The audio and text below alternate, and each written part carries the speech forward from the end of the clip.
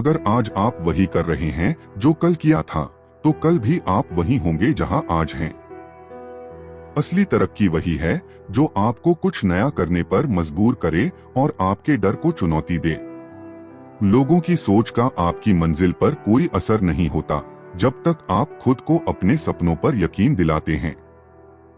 याद रखें, दूसरों की सोच में कैद होकर आप अपने सपनों की उड़ान नहीं भर सकते। बड़ी सफलता हमेशा बड़े काम से नहीं मिलती, बल्कि छोटे छोटे कदमों से मिलती है। हर छोटा कदम आपके बड़े सपनों के लिए रास्ता तैयार करता है। हार का मतलब है कि आपने कोशिश की। कोशिश करना अपने आप में बड़ी बात है। असफलता से न डरें, बल्कि उसे एक नए सबक के रूप में लें। असली जीत हार मानने में नहीं, बल्कि बार बार कोशिश करने में है। एक बार की बात है जब भगवान श्री कृष्ण और अर्जुन किसी कार्य से एक घने जंगल से होकर गुजर रहे थे। चलते चलते अंधेरा होने लगा और वे एक पेड़ के नीचे रुक गए। उस समय भगवान श्री कृष्ण ने अर्जुन से कहा, अर्जुन, हमें यहाँ एक रात रुकना होगा, लेकिन मैं चाहता हूँ कि रात भर तुम मेरी रक्षा करो, क्योंकि मुझे नींद आ रही है। अर्जुन ने स्वीकृति दी और भगवान श्री कृष्ण सोने चले गए। अर्जुन पहरा देने लगे। रात के पहले पहर में अर्जुन ने देखा कि अचानक एक भयानक राक्षस उनकी ओर बढ़ रहा है। वह राक्षस बहुत विशाल था और दिखने में अत्यंत भयानक था। अर्जुन ने तुरंत अपने धनुष बाण उठाए और राक्षस पर हमला किया, लेकिन जितना ही वह राक्षस पर बाण चलाता, वह और बड़ा होता जाता। अर्जुन की पूरी शक्ति लगाने के बावजूद राक्षस उसे हराने में सक्षम नहीं हो रहा था और राक्षस निरंतर बड़ा होता जा रहा था। अर्जुन को समझ में नहीं आ रहा था कि वह क्या करे। अंततः उसने अपने बाण छोड़ दिए और अपने अहंकार को त्यागते हुए भगवान श्री कृष्ण को मन ही मन स्मरण किया।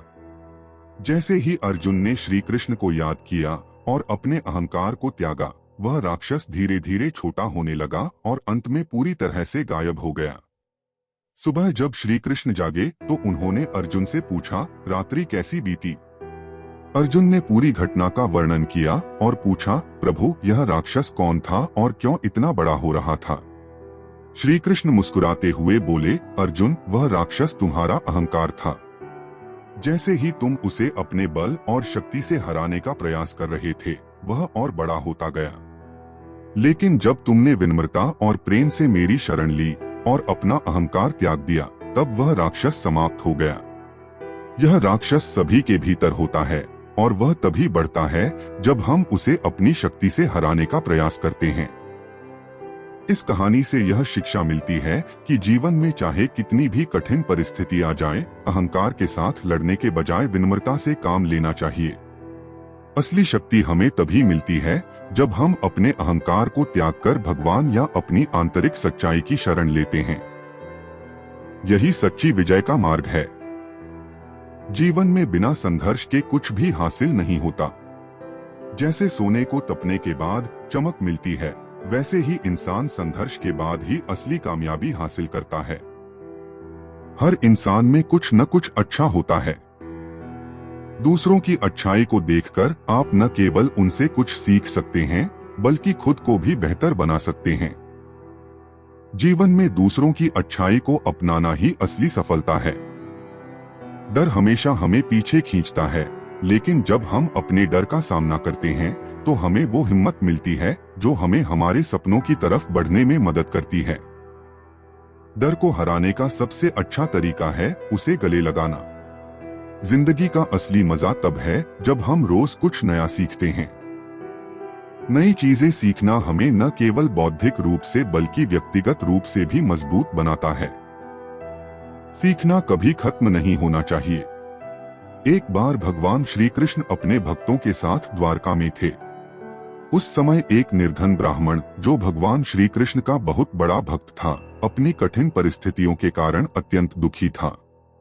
उसने सोचा कि वह स्वयं भगवान श्री कृष्ण के पास जाकर उनसे अपने कष्टों को साझा करेगा। वह लंबी यात्रा तय करके द्वारका पहुंचा और श्री कृष्ण से मिलने का प्रयास किया। श्री कृष्ण ने ब्राह्मण को देखते ही उसे गले लगा लिया और पूछा, भक्त, तुम इतने दिनों बाद मेरे पास कैसे आए हो? तुम्हारे चेहरे पर कुछ चिंता दिखाई दे रही है। क्या बात है? ब्राह्मण ने अपनी कठिनाइयों और निर्धनता की पूरी कहानी सुनाई और श्री कृष्ण से मदद की याचना की। श्री कृष्ण उसकी बातें सुनकर मुस्कुराए और बोले, तुम्हारी मदद अवश्य होगी, लेकिन एक शर्त है। मैं जो भी तुम्हें दूंगा, तुम उसे लेकर घर लौटते समय किसी से कुछ नहीं बोलोगे। ब्राह्मण ने सहर्ष यह शर्त मान ली। श्री कृष्ण ने उसे एक थैली दी और कहा, इसमें तुम जो भी चाहोगे वह वस्तु तुम्हें मिलेगी, लेकिन मेरी शर्त को मत भूलना। ब्राह्मण भगवान को धन्यवाद देकर वहां से चल पड़ा। उसे विश्वास था कि अब उसकी गरीबी समाप्त हो जाएगी। उसने घर लौटते समय सोचा कि मार्ग में आराम करने के लिए किसी पेड़ के नीचे बैठ जाएगा। जब वह एक पेड़ के नीचे बैठा तो उसकी मुलाकात एक अन्य राहगीर से हुई। राहगीर ने उससे पूछा, तुम इतने प्रसन्न क्यों हो? ब्राह्मण की खुशी उसके चेहरे पर साफ दिखाई दे रही थी, लेकिन ब्राह्मण को याद आया कि उसने श्री कृष्ण से वादा किया था कि वह किसी से कुछ नहीं कहेगा। फिर भी वह अपने सुख को छुपा नहीं सका और उसने राहगीर को पूरी कहानी सुना दी। जैसे ही उसने कहानी समाप्त की, उसकी थैली अदृश्य हो गई। ब्राह्मण को बहुत दुख हुआ और वह समझ गया कि उसने श्री कृष्ण के आदेश का पालन नहीं किया। वह दोबारा द्वारका लौटा और श्री कृष्ण के सामने गिड़गिड़ाकर क्षमा मांगी। श्री कृष्ण ने मुस्कुराते हुए कहा, तुम्हें अपनी इच्छाएं पूरी करने की शक्ति तब मिलती है जब तुम अपने मन को संयमित रखते हो, परंतु जब तुम संयम नहीं रख पाते तो तुम्हारे हाथ से वह शक्ति निकल जाती है। तुम्हारा पहला परीक्षण यही था कि तुम मौन रह सको। ब्राह्मण ने इस बात को समझ लिया और श्री कृष्ण से फिर से अवसर मांगा। श्री कृष्ण ने उसे एक नई थैली दी और इस बार उसने पूरे संयम और संकल्प के साथ घर तक का सफर तय किया और उसकी कठिनाइयां समाप्त हो गईं। इस कहानी से हमें यह शिक्षा मिलती है कि संयम और संकल्प के साथ काम करने पर ही जीवन में सफलता मिलती है। श्री कृष्ण ने अपने भक्त को यह सिखाया कि अपनी इच्छाओं पर नियंत्रण रखने से हम अपनी मंजिल तक पहुंच सकते हैं। दुनिया तब मानती है जब आप खुद पर विश्वास करते हैं। अगर आप अपने अंदर की आवाज को सुने और खुद पर यकीन करें तो किसी और की राय मायने नहीं रखती। हर नया दिन एक नया मौका है। जो बीत गया वो इतिहास है, लेकिन जो सामने है वो आपका भविष्य है। हर सुबह खुद को नई ऊर्जा से भरें और अपने सपनों की तरफ कदम बढ़ाएं। चलिए हम आपको एक और कहानी सुनाते हैं। वीडियो में आगे बढ़ने से पहले चैनल को सब्सक्राइब, वीडियो को लाइक और कमेंट में जय श्री कृष्णा लिख देना। तो चलिए शुरू करते हैं। बहुत समय पहले की बात है। एक छोटे से गांव में अर्जुन नाम का एक युवक रहता था। वह जन्म से ही अंधा था, लेकिन उसमें जीवन के प्रति एक अदम्य जिजीविषा थी।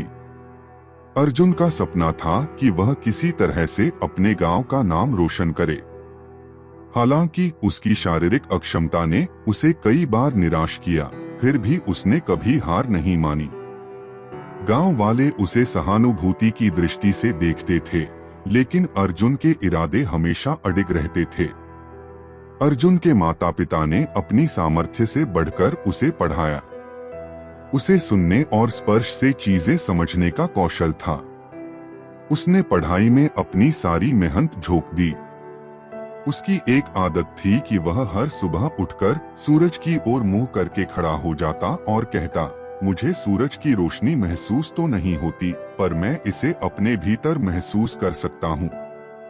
मेरे सपने भी मेरी इस आंतरिक रोशनी की तरह हैं, जिन्हें मैं देख नहीं सकता पर महसूस कर सकता हूँ। अर्जुन ने अपना मन योग और ध्यान में लगाया। उसने सीखा कि आत्मविश्वास के बल पर हम अपनी सीमाओं को पार कर सकते हैं। उसके इस आत्मविश्वास को देखकर गांव में कुछ लोग उससे प्रेरित होने लगे। एक दिन गांव में एक महात्मा आए। उन्होंने अर्जुन के बारे में सुना और उससे मिलने का निश्चय किया। महात्मा ने अर्जुन से पूछा, तुम्हारे जीवन का लक्ष्य क्या है? अर्जुन ने जवाब दिया, मुझे अपने अंधेपन को अपनी ताकत बनाना है और कुछ ऐसा करना है जिससे मेरे जैसे लोग भी प्रेरित हों। महात्मा ने उसे ध्यान और योग की गहरी शिक्षा दी और उसे बताया कि भीतर की रोशनी बाहरी दृष्टि से कहीं अधिक शक्तिशाली होती है। महात्मा ने उसे एक विशेष ध्यान प्रक्रिया सिखाई और कहा, इससे तुम्हारे मन की आंखें खुल जाएंगी। इस दुनिया में सब कुछ देखने की जरूरत नहीं होती, बस उसे महसूस करना आना चाहिए। अर्जुन ने महात्मा की सलाह मानी और एक निश्चय किया कि वह एक ऐसा विद्यालय खोलेगा जहां दृष्टिहीन बच्चों को प्रशिक्षित किया जा सके। उसने अपनी योजना गांव के लोगों को बताई। पहले तो लोगों ने उसे मजाक में लिया, लेकिन उसकी दृढ़ता देखकर धीरे धीरे लोग उसकी सहायता करने लगे। अर्जुन ने अपनी मेहनत और आत्मविश्वास के बल पर एक छोटे से विद्यालय की स्थापना की। वहां वह अपने जैसे दृष्टिहीन बच्चों को शिक्षा देता और उन्हें जीवन में आत्मनिर्भर बनना सिखाता। उसने बच्चों को स्पर्श और सुनने के माध्यम से चीजें सिखाईं। धीरे धीरे उसकी मेहनत रंग लाई और उस विद्यालय में कई दृष्टिहीन बच्चे पढ़ने आने लगे। अर्जुन के विद्यालय की प्रसिद्धि दूर दूर तक फैल गई, परंतु उसके सामने कठिनाइयां भी कम नहीं थीं। कई बार उसे वित्तीय कठिनाइयों का सामना करना पड़ा, लेकिन उसने हार नहीं मानी। अर्जुन के हौसले ने गांव के लोगों को भी प्रेरित किया। गांव वाले उसकी मदद करने लगे और हर कोई उसके इस प्रयास का सम्मान करने लगा। अर्जुन का यह विद्यालय एक प्रेरणा का स्रोत बन गया। वहां से पढ़े कई दृष्टिहीन बच्चे आगे चलकर आत्मनिर्भर बने और अपने अपने क्षेत्र में नाम कमाने लगे। अर्जुन का सपना धीरे धीरे साकार हो रहा था। कुछ वर्षों बाद अर्जुन का विद्यालय एक बड़े दृष्टिहीन केंद्र के रूप में बदल गया। उसे कई संस्थाओं और सरकार से सम्मान मिला। लेकिन अर्जुन के लिए असली सफलता यह थी कि उसने अपने जैसे लोगों को यह दिखा दिया कि जीवन में कोई भी सीमा हमें सफल होने से नहीं रोक सकती। अर्जुन ने अपने जीवन में अपने सपनों को पूरा करके यह साबित कर दिया कि हमारी शारीरिक सीमाएं हमारे मन की शक्ति से कहीं छोटी हैं। अर्जुन की कहानी हमें यह सिखाती है कि सीमाएं केवल हमारे दिमाग में होती हैं। यदि हमारे भीतर आत्मविश्वास और कुछ कर गुजरने की ललक हो, तो कोई भी कमी या कठिनाई हमें हमारे लक्ष्य तक पहुंचने से नहीं रोक सकती। जीवन में असली दृष्टि बाहरी आंखों से नहीं, बल्कि मन की आंखों से होती है और वही हमें हमारे सपनों की ओर ले जाती है।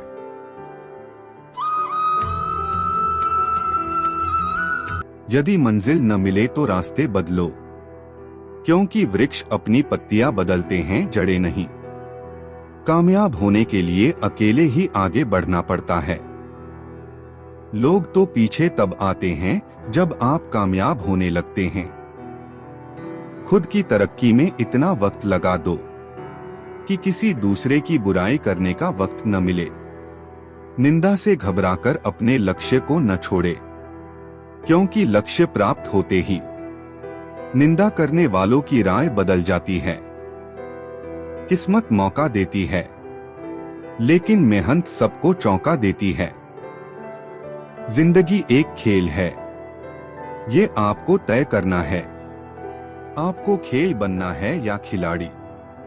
प्राचीन समय की बात है, एक राज्य में राजा विक्रम का शासन था। राजा विक्रम बहुत लोभी था और उसे अपने खजाने में हमेशा वृद्धि की ही चिंता रहती थी। वह अपने राज्य के गरीबों की कोई परवाह नहीं करता था और हर समय धन जुटाने में लगा रहता था। एक दिन राज्य में एक वृद्ध ऋषि आए।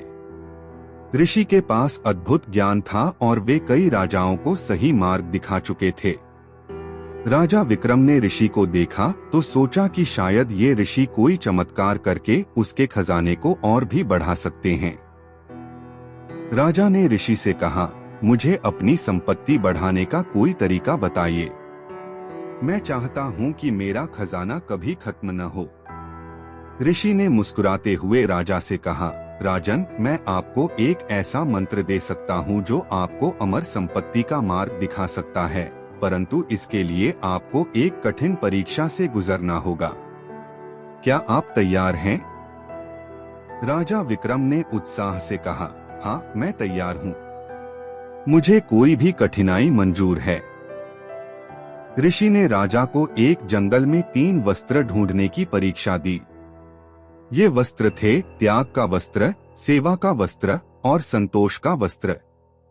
ऋषि ने कहा, जब तुम ये 3 वस्त्र पालोगे तब तुम्हें सच्ची संपत्ति का अर्थ समझ में आएगा। पहला वस्त्र त्याग का वस्त्र। राजा ने अपनी यात्रा शुरू की और पहले वस्त्र की खोज में निकला। उसने कई दरबारियों से पूछा, परंतु किसी के पास त्याग का अर्थ स्पष्ट नहीं था। एक दिन उसकी मुलाकात एक संत से हुई जो झोपड़ी में रहता था। राजा ने उससे त्याग के वस्त्र का रहस्य पूछा। संत ने कहा, त्याग का वस्त्र पहनना आसान नहीं, इसका अर्थ है अपने स्वार्थ को छोड़कर दूसरों के लिए जीना। देखो, मैंने अपने सारे ऐश्वर्य त्याग दिए और सबके लिए एक जैसा जीवन जीता। राजा ने उसकी बात समझी और अपने साथ लाए कीमती वस्त्रों को उस संत को दान में दे दिया। उसने त्याग के महत्व को महसूस किया और पहला वस्त्र पाया। दूसरा वस्त्र सेवा का वस्त्र। राजा अब सेवा का वस्त्र ढूंढने के लिए निकला। इस बार उसने सोचा कि सेवा करना शायद किसी बड़े काम में मदद करने जैसा होगा। वह कई जगह गया, परंतु सही मार्गदर्शन नहीं मिला। अंततः उसने एक वृद्ध महिला को देखा जो अकेले ही अपने घर का काम कर रही थी। राजा ने उसकी मदद की और वृद्धा ने उसे धन्यवाद दिया। वृद्धा ने कहा, सेवा का असली अर्थ बिना किसी चाहत के किसी की सहायता करना है। जब हम बिना किसी स्वार्थ के दूसरों की मदद करते हैं, तब हम सेवा का वस्त्र धारण करते हैं। राजा ने सेवा के महत्व को समझा और सेवा का वस्त्र प्राप्त किया। तीसरा वस्त्र संतोष का वस्त्र। अब राजा तीसरे और अंतिम वस्त्र संतोष के वस्त्र की तलाश में निकला। उसने इसे धन और ऐश्वर्य में ढूंढने का प्रयास किया, लेकिन हर जगह असफल रहा। अंततः वह एक साधारण किसान से मिला जो बहुत ही सादे जीवन में खुश था। राजा ने किसान से पूछा, तुम्हारे पास इतना कम है, फिर भी तुम कैसे संतुष्ट हो? किसान ने मुस्कुराते हुए कहा, महाराज, संतोष का वस्त्र बाहरी चीजों से नहीं, बल्कि भीतर के सुख से मिलता है। जो हमारे पास है, उसमें खुश रहने का नाम ही संतोष है। अगर हम हर समय कुछ और पाने की लालसा में लगे रहेंगे, तो कभी संतुष्ट नहीं हो पाएंगे। राजा को अब सच्चे संतोष का अर्थ समझ में आ गया। उसने अपने महल और खजाने के प्रति अपनी लालसा को त्याग दिया और संतोष का वस्त्र धारण किया। तीनों वस्त्र प्राप्त करने के बाद राजा ऋषि के पास लौटा। उसने ऋषि से कहा, गुरुदेव, अब मुझे समझ में आ गया कि सच्ची संपत्ति इन 3 गुणों त्याग, सेवा और संतोष में है। सच्ची संपत्ति बाहरी धन में नहीं, बल्कि मन की शांति और आत्मिक संतोष में होती है। ऋषि ने प्रसन्न होकर कहा, राजन, यही जीवन का सबसे बड़ा खजाना है। यदि तुम इन तीनों गुणों को अपनाओगे, तो तुम्हें बाहरी खजाने की कमी कभी महसूस नहीं होगी। तुम्हारा मन शांत रहेगा और तुम्हारा राज्य भी समृद्धि की ओर अग्रसर होगा। उस दिन से राजा विक्रम ने लोभ छोड़कर त्याग, सेवा और संतोष को अपनाया। उसके राज्य में खुशहाली लौट आई और उसे सच्ची संपत्ति का अनुभव हुआ। इस कहानी से हमें यह शिक्षा मिलती है कि असली खजाना बाहरी वस्तुओं में नहीं, बल्कि भीतर के गुणों में है। त्याग, सेवा और संतोष ही इंसान को सच्ची शांति और सुख का अनुभव कराते हैं। लाखों किलोमीटर की यात्रा एक कदम से ही शुरू होती है। नाकामयाब लोग दुनिया के डर से अपने फैसले बदल देते हैं और कामयाब लोग अपने फैसले से पूरी दुनिया बदल देते हैं। अगर कुछ करना है तो भीड़ से हटकर चलो। भीड़ साहस तो देती है पर पहचान छीन लेती है। काम ऐसा करो कि नाम हो जाए। या फिर नाम ऐसा करो कि सुनते ही काम हो जाए। देर से बनो पर जरूर कुछ बनो, क्योंकि वक्त के साथ लोग खैरियत नहीं हैसियत पूछते हैं। अपनापन छलके जिसकी आंखों में, ऐसा कोई एक ही मिलता है लाखों में। पुराने समय की बात है, एक छोटे से राज्य के राजा चंद्रकेतु का एकमात्र पुत्र राजकुमार अमन अपने साहस और दया के लिए प्रसिद्ध था। चंद्रकेतु को अपने बेटे पर गर्व तो था, लेकिन वे चाहते थे कि अमन को जीवन की वास्तविक समझ मिले और वह एक परिपक्व राजा बने। एक दिन राजा ने अमन को बुलाया और कहा, पुत्र, मैं चाहता हूँ कि तुम 3 विशेष गुणों धैर्य, परिश्रम और करुणा को जीवन में समझो। इन तीनों गुणों को सीखने के बाद ही तुम सच्चा और सफल राजा बन सकोगे। राजकुमार अमन ने पिता की बात मानकर इस यात्रा को अपनाने का निश्चय किया। वह अकेला ही इन 3 गुणों की खोज में निकल पड़ा। पहला गुण, धैर्य की सीख। अपनी यात्रा की शुरुआत में राजकुमार अमन एक गांव पहुंचा, जहां अकाल पड़ा हुआ था। गांव के लोग परेशान थे और उनके चेहरे पर दुख था। अमन ने एक बूढ़े किसान को देखा जो धीरे धीरे अपने खेत में काम कर रहा था। उसने किसान से पूछा, आपके पास खाने के लिए कुछ नहीं है, फिर भी आप यहाँ इतनी धीरज से काम क्यों कर रहे हैं? किसान ने मुस्कुराते हुए उत्तर दिया, बेटा, जब जीवन में कठिनाई आती है तब ही हम धैर्य का सही अर्थ समझ पाते हैं। यदि मैं हार मान लूं तो कभी सुधार नहीं हो सकेगा। उम्मीद और धैर्य ही मुझे हर परिस्थिति में आगे बढ़ने का साहस देते हैं। अमन ने किसान की बातों से धैर्य का महत्व समझा और आगे बढ़ा। दूसरा गुण, परिश्रम का मूल्य। अमन ने फिर एक और गांव का रुख किया, जहां उसने एक नौजवान को देखा जो पत्थरों से एक बड़ी मूर्ति बना रहा था। वह युवक बहुत ही कठिन परिश्रम कर रहा था और घंटों से काम में लगा हुआ था। अमन ने उससे पूछा, तुम इतनी मेहनत क्यों कर रहे हो? क्या तुम्हें नहीं लगता कि यह काम बहुत कठिन है? युवक ने जवाब दिया, राजकुमार, जब हम किसी चीज को सच्चे दिल से चाहते हैं तब कठिनाइयां हमें रोक नहीं पाती। परिश्रम से हम वो सब हासिल कर सकते हैं जो हमें असंभव लगता है। मेहनत का फल हमेशा मीठा होता है। अमन को परिश्रम की इस सच्चाई का एहसास हुआ और उसने सीखा कि सच्चे परिश्रम के बिना कुछ भी संभव नहीं है। तीसरा गुण, करुणा का महत्व। अंत में अमन एक ऐसे गांव पहुंचा जहां हर कोई खुशहाल और मिलजुल कर रहता था। वहां उसने देखा कि एक बुजुर्ग व्यक्ति गांव के बच्चों को खाना खिला रहा है, जबकि खुद उसके पास बहुत कम था। अमन ने बुजुर्ग से पूछा, आपके पास खुद के लिए बहुत कम है, फिर भी आप दूसरों को इतना कुछ दे रहे हैं। बुजुर्ग ने हंसते हुए कहा, बेटा, सच्ची करुणा वही है जो दूसरों का दर्द समझकर उनकी सहायता करने में है। जब हम किसी की मदद करते हैं तो खुद के मन को भी संतोष मिलता है। करुणा से ही इंसान और इंसानियत का रिश्ता बना रहता है। अमन ने करुणा के इस अर्थ को समझा और बुजुर्ग का आशीर्वाद लिया। तीनों गुण सीखने के बाद अमन अपने राज्य लौट आया। राजा चंद्रकेतु ने अपने पुत्र को एक नए रूप में देखा, सहनशील, मेहनती और करुणामय। अमन ने पिता को बताया कि कैसे उसने इन 3 गुणों को अपने जीवन का हिस्सा बना लिया है। राजा ने प्रसन्न होकर कहा, अब तुम सच्चे राजा बनने के योग्य हो। एक राजा का सबसे बड़ा गुण उसकी समझ, धैर्य और करुणा में ही होता है। राजकुमार अमन ने अपनी प्रजा के लिए जीवन भर इन गुणों का पालन किया। उसके राज्य में सुख, शांति और खुशहाली का माहौल फैल गया और उसे एक आदर्श राजा के रूप में याद किया गया। इस कहानी से यह शिक्षा मिलती है कि सच्चे नेतृत्व के लिए धैर्य, परिश्रम और करुणा का होना आवश्यक है। यही गुण जीवन में वास्तविक सफलता और सम्मान का आधार बनते हैं। ये मत सोचना कि आस छोड़ दी है, बस अब मैंने तेरी तलाश छोड़ दी है। अंदाजे से न नापिए किसी इंसान की हस्ती। ठहरे हुए दरिया अक्सर गहरे हुआ करते हैं। ये मत सोचना कि आस छोड़ दी है, बस अब मैंने तेरी तलाश छोड़ दी है। अब मत खोलना मेरी जिंदगी की पुरानी किताबों को।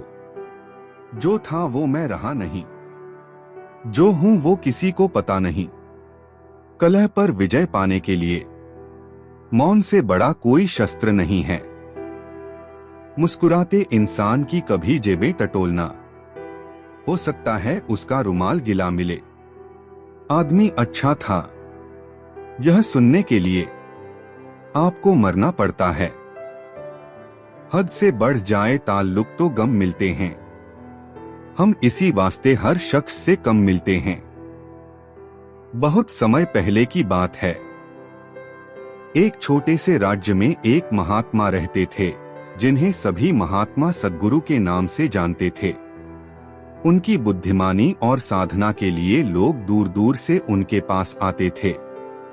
महात्मा का एक शिष्य अर्जुन उनके साथ हमेशा रहा करता था। वह महात्मा से सीखने के लिए उत्सुक था, लेकिन उसे सत्य की असली परिभाषा समझ में नहीं आती थी। एक दिन उसने महात्मा से पूछा, गुरुदेव, क्या आप मुझे सत्य की खोज का मार्ग दिखा सकते हैं?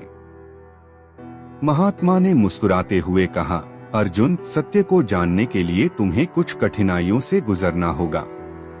तुम्हें 3 वस्तुएं ढूंढनी होंगी, निर्भीकता, विनम्रता और आत्मसंयम। इन तीनों के बिना सत्य का साक्षात्कार संभव नहीं है। अर्जुन ने गुरु की बात मान ली और इन तीनों गुणों की खोज में निकल पड़ा। पहला गुण निर्भीकता। अर्जुन अपनी यात्रा के दौरान एक गांव पहुंचा, जहां एक खतरनाक सांप ने आतंक मचाया हुआ था। कोई भी गांव का व्यक्ति उस सांप के पास जाने का साहस नहीं कर रहा था। अर्जुन ने बिना किसी भय के उस सांप का सामना किया और उसे पकड़कर दूर जंगल में छोड़ आया। गांव के लोग बहुत खुश हुए और अर्जुन को धन्यवाद दिया। अर्जुन ने निर्भीकता का महत्व समझा। सत्य की राह में सबसे पहली आवश्यकता है निर्भीक होना, बिना किसी डर के सामने खड़े होना। सत्य को जानने के लिए हमें अपने भीतर के भय को छोड़ना पड़ता है। दूसरा गुण विनम्रता। अर्जुन आगे बढ़ा और उसे एक सुंदर बाग मिला। वहां उसने देखा कि एक बूढ़ा माली पौधों की देखभाल कर रहा था। माली हर पौधे को बहुत प्यार से पानी दे रहा था, मानो वह कोई बड़ा काम कर रहा हो। अर्जुन ने माली से पूछा, तुम इतने आदर के साथ इन पौधों की देखभाल क्यों करते हो? माली ने उत्तर दिया, हर जीव की सेवा में ही विनम्रता का असली अर्थ है। जब हम दूसरों की सेवा और देखभाल करते हैं तो हमारा अहंकार समाप्त हो जाता है, और यही विनम्रता है। अर्जुन ने विनम्रता का असली अर्थ समझा और सीखा कि सत्य की राह में अहंकार को त्यागना आवश्यक है। तीसरा गुण आत्मसंयम। आगे चलकर अर्जुन एक गांव पहुंचा जहां एक साधु तपस्या कर रहे थे। साधु ने कई वर्षों से मौन साधना कर रखी थी और अपने मन को पूरी तरह से शांत किया हुआ था। अर्जुन ने साधु से आत्मसंयम के बारे में पूछा। साधु ने अपनी मौन साधना से अर्जुन को समझाया कि आत्मसंयम का अर्थ है अपने विचारों, इच्छाओं और क्रोध पर नियंत्रण रखना। जब मन शांत और स्थिर होता है, तभी हमें सच्चे ज्ञान का अनुभव होता है। अर्जुन को आत्मसंयम का महत्व समझ में आया और उसने इसे अपनी साधना का हिस्सा बना लिया। तीनों गुणों निर्भीकता, विनम्रता और आत्मसंयम को प्राप्त करने के बाद अर्जुन अपने गुरु के पास लौटा। महात्मा सद्गुरु ने अर्जुन को देखकर कहा, अब तुम सत्य का अनुभव करने के योग्य हो गए हो। सत्य को केवल शब्दों में समझना असंभव है, इसे अनुभव किया जाता है। निर्भीकता, विनम्रता और आत्मसंयम का अभ्यास ही हमें सत्य के मार्ग पर आगे बढ़ाता है। अर्जुन को सत्य का अनुभव हो गया और उसने जीवन में इसी मार्ग का पालन करने का संकल्प लिया। इस कहानी से हमें यह शिक्षा मिलती है कि सत्य को पाने के लिए निर्भीकता, विनम्रता और आत्मसंयम आवश्यक हैं। जीवन में सच्चे ज्ञान और आत्मिक शांति के लिए इन गुणों को अपनाना जरूरी है। राहें मुश्किल भरी हो या हो आसान, हंसते रहो हमेशा, ना हो कभी परेशान। उम्मीदों से बंधा एक जिद्दी परिंदा है इंसान, जो घायल भी उम्मीदों से है और जिंदा भी उम्मीदों पर है। एक और ईंट गिर गई दीवारें जिंदगी से, नादान कह रहे हैं नया साल मुबारक हो। जब भी जीवन में मुश्किल घड़ी आती है तो कायर पीछे हट जाता है और मेहनती डट जाता है। शक ना कर मेरी हिम्मत पर, मैं ख्वाब बुन लेता हूं टूटे धागों को जोड़कर। जिसके साथ आप हंस सकते हो उसके साथ आप पूरा दिन बिता सकते हो, लेकिन जिसके सामने आप रो सकते हो उसके साथ आप पूरी जिंदगी बिता सकते हो। एक महिला जिसका नाम मीना था, उसे बहुत ज्यादा गुस्सा आता था, जिस कारण उसके परिवार में हमेशा कलह बना रहता था। उसका जीवन धीरे धीरे बर्बाद हो रहा था क्योंकि कोई भी उससे बोलना नहीं चाहता था।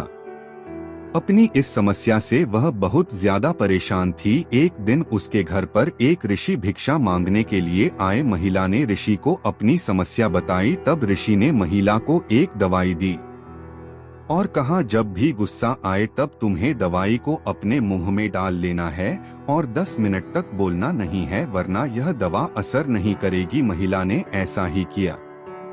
जब भी उसे गुस्सा आता था वह उस दवाई को अपने मुंह में डाल लेती और 10 मिनट तक नहीं बोलती। समय बीता और 7 दिन में ही उसका गुस्सा पूरी तरह नियंत्रित हो गया। वह ऋषि फिर उस महिला के घर पर आए। महिला ने उनके चरणों में गिरकर शुक्रिया कहा और कहा, मैं आपकी आभारी हूँ कि आपने मुझे इतनी अच्छी दवा दी कि मेरा गुस्सा खत्म हो गया। ऋषि ने कहा, यह कोई दवा नहीं है बल्कि यह तो एक सामान्य गंगाजल है। तब महिला ने कहा, परंतु मेरा गुस्सा हमेशा के लिए खत्म हो गया, इसका क्या कारण यदि यह दवा नहीं है?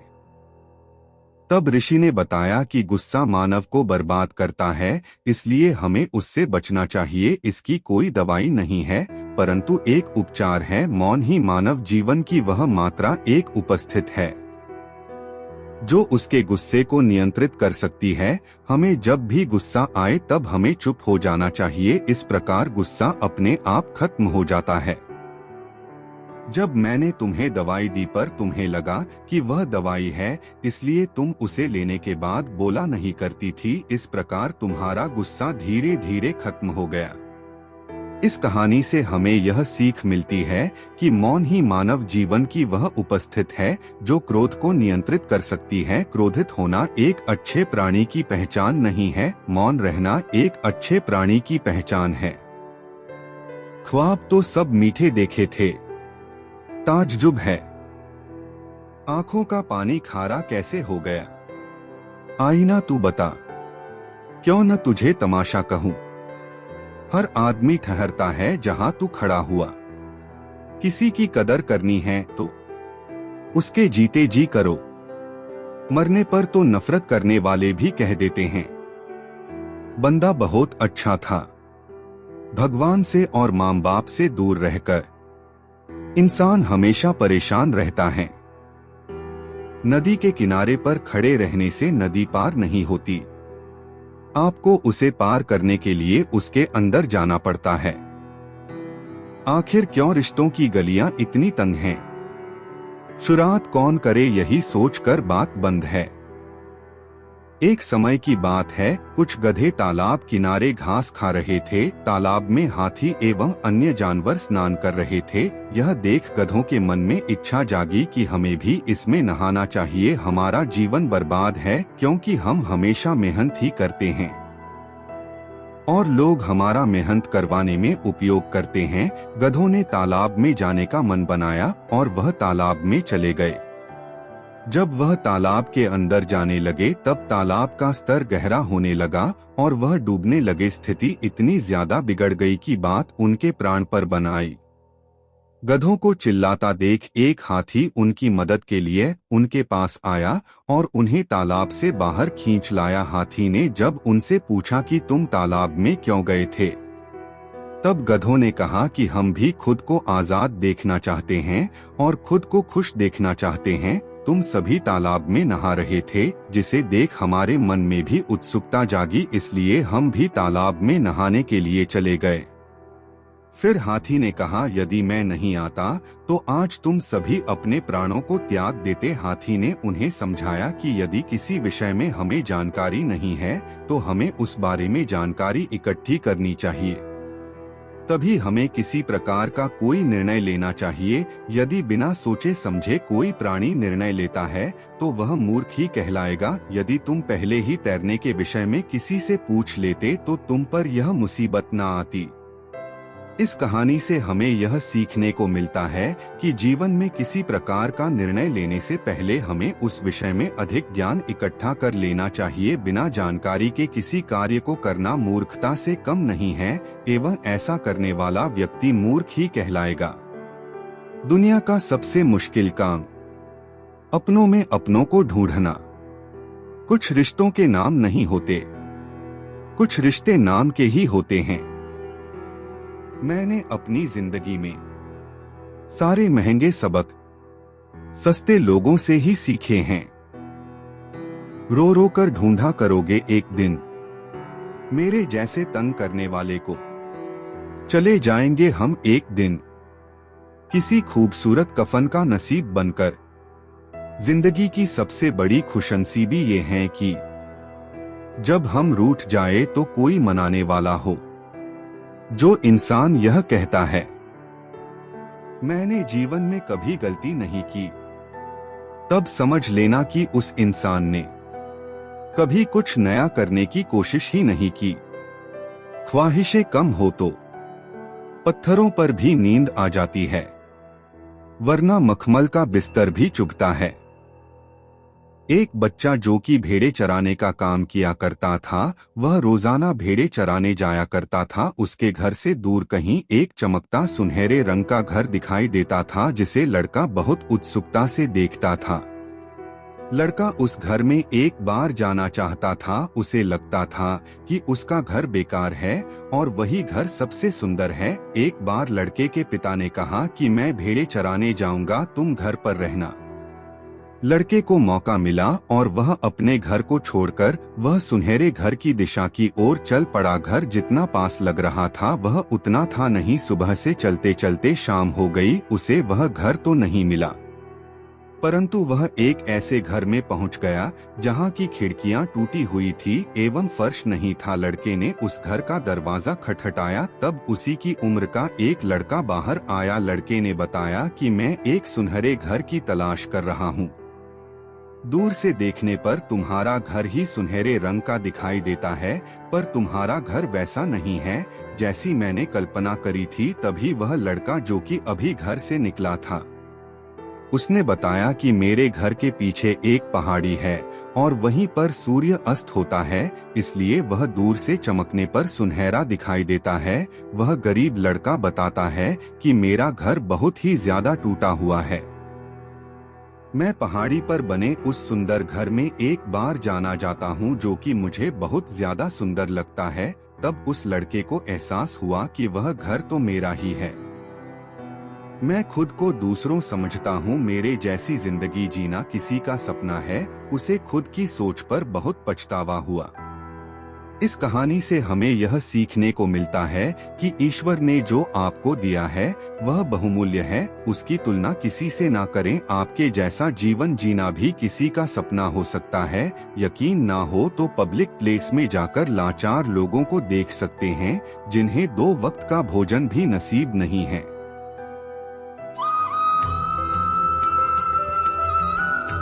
रास्ते कहाँ खत्म होते हैं जिंदगी के सफर में, मंजिलें तो वही हैं जहां ख्वाहिशें थम जाएं। जैसे जैसे उम्र गुजरती हैं एहसास होने लगता है। माँ बाप हर चीज के बारे में सही कहते थे। इस जीवन में रुपए की कीमत कितनी भी गिर जाए पर कभी इतनी नहीं गिर सकती जितना इंसान रुपए के लिए गिर जाता है, डॉट ना जाने कैसे परखता है। मुझे मेरा खुदा इम्तिहान भी सख्त लेता है और मुझे हारने भी नहीं देता। डॉट चेहरे अक्सर झूठ भी बोला करते हैं। रिश्तों की हकीकत वक्त पर पता चलती है। बहुत समय पहले की बात है, एक गांव में एक बहुत ही बुद्धिमान शिक्षक रहते थे जिनका नाम वासुदेव था। वासुदेव अपनी गहरी समझ और जीवन के अनुभवों के कारण बहुत सम्मानित थे। लोग दूर दूर से उनके पास सलाह लेने आते थे। एक दिन उनके पास उनके गांव का एक सीधा साधा किसान रघु आया। रघु के पास सीमित जमीन थी और वह मुश्किल से अपनी जीविका कमा पाता था। रघु ने वासुदेव से कहा, गुरुदेव, मैं जीवन में बहुत मेहनत करता हूँ, लेकिन हर बार कोई न कोई समस्या आ खड़ी होती है। कभी फसल बर्बाद हो जाती है तो कभी कोई बीमारी आ जाती है। मैं सोचता हूँ कि शायद मेरी किस्मत में सुख और सफलता नहीं है। कृपया मुझे कुछ उपाय बताइए जिससे मैं अपना जीवन सुधार सकूं। वासुदेव ने कुछ देर सोचा और फिर मुस्कुराते हुए बोले, रघु, जीवन में कठिनाइयों से भागने की बजाय तुम्हें 3 चीजें सीखनी होंगी जो तुम्हें कठिनाइयों का सामना करने और सुख की प्राप्ति में मदद करेंगी। मैं तुम्हें 1 साल की परीक्षा में डालता हूँ और अगर तुम इन तीनों चीजों को सीख लेते हो तो तुम्हारा जीवन बदल जाएगा। पहला सबक, धैर्य। वासुदेव ने रघु से कहा, तुम्हें 1 साल तक अपने हर काम में धैर्य रखना है, चाहे कितनी भी कठिनाई क्यों न आए। रघु ने इस पर अमल करना शुरू कर दिया। जब फसल में सूखा पड़ा और उसके मेहनत के फल खत्म होने लगे, तब भी उसने धैर्य बनाए रखा और बिना हताश हुए अपनी खेती को सुधारने की कोशिश करता रहा। उसने धीरे धीरे देखा कि धैर्य के कारण वह किसी भी परिस्थिति में हिम्मत नहीं हारता। दूसरा सबक, ईमानदारी। फिर वासुदेव ने उससे कहा, अब तुम्हें अपने हर काम में ईमानदारी का पालन करना है। रघु ने यह भी सीख को अपनाया। एक दिन उसके खेत में किसी दूसरे किसान की गाय आ गई जो उसकी फसल को खा रही थी। रघु ने बिना गुस्सा किए गाय को उसके असली मालिक को लौटाया। इस ईमानदारी ने गांव में उसकी इज्जत को बढ़ा दिया और लोग उस पर भरोसा करने लगे। तीसरा सबक, सेवा। अंत में वासुदेव ने कहा, अब तुम्हें सेवा का महत्व समझना है। बिना किसी स्वार्थ के दूसरों की मदद करना ही सच्ची सेवा है। रघु ने गांव में दूसरों की मदद करना शुरू कर दिया। जब कोई किसान बीमार होता तो वह उसकी फसल की देखभाल करता। अगर किसी के पास अनाज नहीं होता तो वह अपनी फसल से थोड़ा हिस्सा उन्हें दान कर देता। उसकी सेवा के कारण गांव के लोग उसकी बहुत इज्जत करने लगे और उसका सहयोग करने लगे। 1 साल बाद वासुदेव ने रघु को अपने पास बुलाया और उससे पूछा, रघु, क्या तुमने इन तीनों गुणों को अपने जीवन में अपनाया?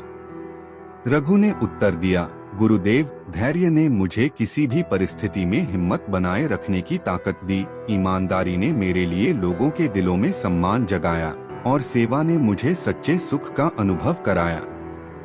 इन तीनों गुणों ने मेरे जीवन को सरल और सफल बना दिया है। वासुदेव ने मुस्कुराते हुए कहा, रघु, यही 3 गुण हैं जो सच्चा सुख, सफलता और संतोष लाते हैं। अगर हर इंसान धैर्य, ईमानदारी और सेवा के मार्ग पर चले तो न केवल उसका जीवन बल्कि समाज भी बेहतर हो सकता है। रघु ने गुरुदेव को प्रणाम किया और इन गुणों को जीवन भर अपनाए रखा।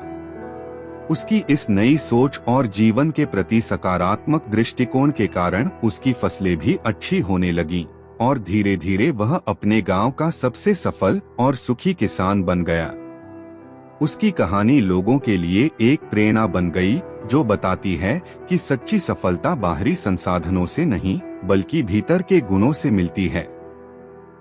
खाना तलाशते कचरे में, जाहिर मजबूरी करते हैं। मैं उस देश का वासी हूँ जहाँ बच्चे मजदूरी करते हैं। जिंदगी 1 मिनट में नहीं बदलती, पर 1 मिनट में लिया गया फैसला जिंदगी बदल देता है। रुतबा तो खामोशियों का होता है। अल्फाज का क्या, वो तो बदल जाते हैं। अक्सर हालात देखकर कुछ पल बैठा करो माँ बाप के पास। हर चीज नहीं मिलती मोबाइल के पास। जीवन में जो लोग आपसे दूर होना चाहते हैं, वो लोग सारा दोष हालात पर डाल देते हैं। न जाने जिंदगी का ये कैसा दौर है। इंसान खामोश हैं और ऑनलाइन कितना शोर है। कसूर तो बहुत किए हैं जिंदगी में, पर सजा वहां मिली जहां बेकसूर थे। बहुत समय पहले की बात है, एक जंगल में महान संत अत्रि का आश्रम था। संत अत्रि अपने ज्ञान और साधना के लिए प्रसिद्ध थे। उनके पास 3 शिष्य थे, मधुसूदन, अर्णव और देव। एक दिन संत अत्रि ने तीनों शिष्यों को बुलाया और कहा, अब समय आ गया है कि तुम सब जीवन की सच्चाई को समझो। मैं तुम्हें 3 विशेष चीजें खोजने के लिए भेजता हूँ, सच्चा प्रेम, सच्ची शक्ति और सच्चा सुख। जब तुम इन तीनों चीजों को ढूंढ लाओगे, तभी तुम्हें ज्ञान की अंतिम शिक्षा मिल पाएगी। पहला शिष्य मधुसूदन की खोज। मधुसूदन ने सोचा कि सच्चा प्रेम तो इंसान में ही होता है। वह कई लोगों से मिला, परंतु हर किसी के प्रेम में किसी न किसी स्वार्थ का अंश छुपा मिला। एक दिन यात्रा के दौरान उसने एक बूढ़ी महिला को देखा, जो अपने पौधों का बहुत प्रेम से देखभाल कर रही थी। मधुसूदन ने पूछा, माँ, तुम इन पौधों से इतना प्रेम क्यों करती हो? बूढ़ी महिला ने मुस्कुराते हुए कहा, बेटा, ये पौधे मुझे कुछ नहीं देते, फिर भी मैं इनसे प्रेम करती हूँ क्योंकि इन्हें देखना मुझे खुशी देता है। सच्चा प्रेम वही है जिसमें स्वार्थ न हो और जो केवल देने की खुशी से भरा हो। मधुसूदन को सच्चे प्रेम का अर्थ समझ में आ गया। दूसरा शिष्य अर्णव की खोज। अर्णव ने सोचा कि सच्ची शक्ति शायद किसी महान योद्धा या राजा के पास होगी। वह कई राजाओं से मिला और उनकी शक्तियों को देखा, लेकिन हर जगह उसे किसी न किसी भौतिक वस्त्र, सेना या शक्ति का सहारा लेना पड़ता दिखा। एक दिन उसकी मुलाकात एक साधारण से व्यक्ति से हुई जो विपत्तियों में भी शांत और स्थिर था।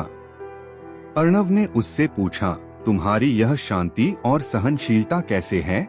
उस व्यक्ति ने कहा, सच्ची शक्ति बाहर नहीं, बल्कि हमारे भीतर की सहनशीलता, धैर्य और अपनी भावनाओं पर नियंत्रण में होती है। जब हम किसी भी परिस्थिति में खुद पर नियंत्रण रखते हैं, तब हम सच्चे शक्ति संपन्न होते हैं। अर्णव को सच्ची शक्ति का असली रूप समझ में आ गया। तीसरा शिष्य देव की खोज। देव को सच्चे सुख की खोज करनी थी। उसने राजमहलों में, उत्सवों में और धनी लोगों के बीच इसे ढूंढा, परंतु हर जगह सुख केवल क्षणिक था। एक दिन वह एक साधु से मिला, जो एक झोपड़ी में रहता था, फिर भी उसके चेहरे पर गहरी संतुष्टि और शांति थी। देव ने पूछा, महात्मन, आप इतने सादे जीवन में इतने खुश कैसे हैं? साधु ने उत्तर दिया, सच्चा सुख केवल भीतर से आता है। जब हम अपनी इच्छाओं को सीमित कर लेते हैं और जो हमारे पास है उसमें संतोष पाते हैं, तब सच्चे सुख का अनुभव होता है। बाहर की चीजें हमें केवल अस्थायी आनंद दे सकती हैं, लेकिन सच्चा सुख आत्मा की संतुष्टि में ही है। देव को सच्चे सुख का रहस्य समझ आ गया। तीनों शिष्य अपनी अपनी खोज पूरी कर संत अत्रि के पास लौटे और उन्होंने अपने अपने अनुभव बताए। संत अत्रि ने प्रसन्न होकर कहा, तुम्हें सच्चे प्रेम, सच्ची शक्ति और सच्चे सुख का वास्तविक रूप मिल गया है। यही वह ज्ञान है जो तुम्हें जीवन में सफलता और शांति देगा। अब तुम इस ज्ञान को अपनी जिंदगी में अपनाओ और इसे दूसरों तक पहुंचाओ। तीनों शिष्यों ने अपने गुरु को प्रणाम किया और अपने अनुभवों को अपनाकर लोगों के जीवन में रोशनी लाने का संकल्प लिया। इस तरह से उनकी यह यात्रा केवल एक खोज ही नहीं, बल्कि एक सीख बन गई, जो बताती है कि सच्ची ताकत, प्रेम और सुख कहीं बाहर नहीं, बल्कि हमारे भीतर ही हैं। चलिए हम आपको एक और कहानी सुनाते हैं। वीडियो में आगे बढ़ने से पहले चैनल को सब्सक्राइब, वीडियो को लाइक और कमेंट में जय श्री कृष्णा लिखना ना भूले। तो चलिए शुरू करते हैं। प्राचीन समय की बात है। एक राज्य में समृद्ध और प्रजा के प्रति दयालु राजा धर्मवीर का शासन था। उनके पास धन दौलत, महल और सभी प्रकार के भोगविलास थे। परंतु राजा के मन में एक अजीब सी बेचैनी थी। वह हमेशा सोचते रहते कि उनके पास सब कुछ होने के बावजूद सच्चा सुख क्यों नहीं है। उन्होंने कई बार विद्वानों और संतों से सलाह ली, परंतु कोई भी उत्तर उन्हें संतुष्ट नहीं कर सका। एक दिन उनके दरबार में एक वृद्ध साधु पहुंचे। साधु को देखकर राजा ने सोचा कि शायद यही उनकी समस्या का समाधान कर सकते हैं। उन्होंने साधु से अपनी समस्या बताई। मेरे पास सब कुछ है, लेकिन फिर भी मुझे भीतर से संतोष और सच्चा सुख नहीं मिल रहा है। कृपया मुझे इसका कारण और समाधान बताइए। साधु मुस्कुराए और बोले, राजन, मैं आपको सच्चे सुख का मार्ग दिखा सकता हूँ, परंतु इसके लिए आपको एक कठिन परीक्षा से गुजरना होगा। क्या आप तैयार हैं?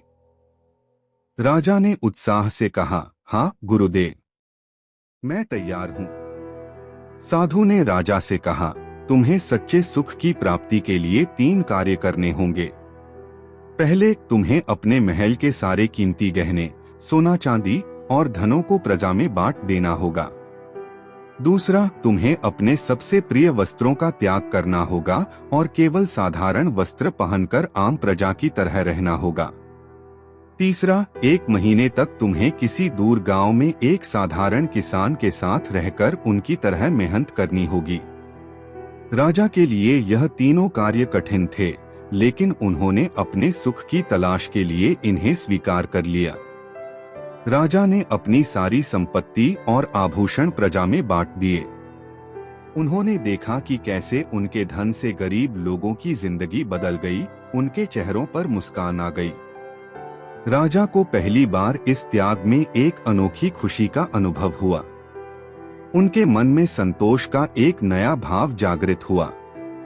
इसके बाद राजा ने अपने महल के सभी आराम और विशेष वस्त्रों का त्याग किया। वह साधारण वस्त्र पहनकर महल में रहे और महल के नौकरों की तरह ही काम किया।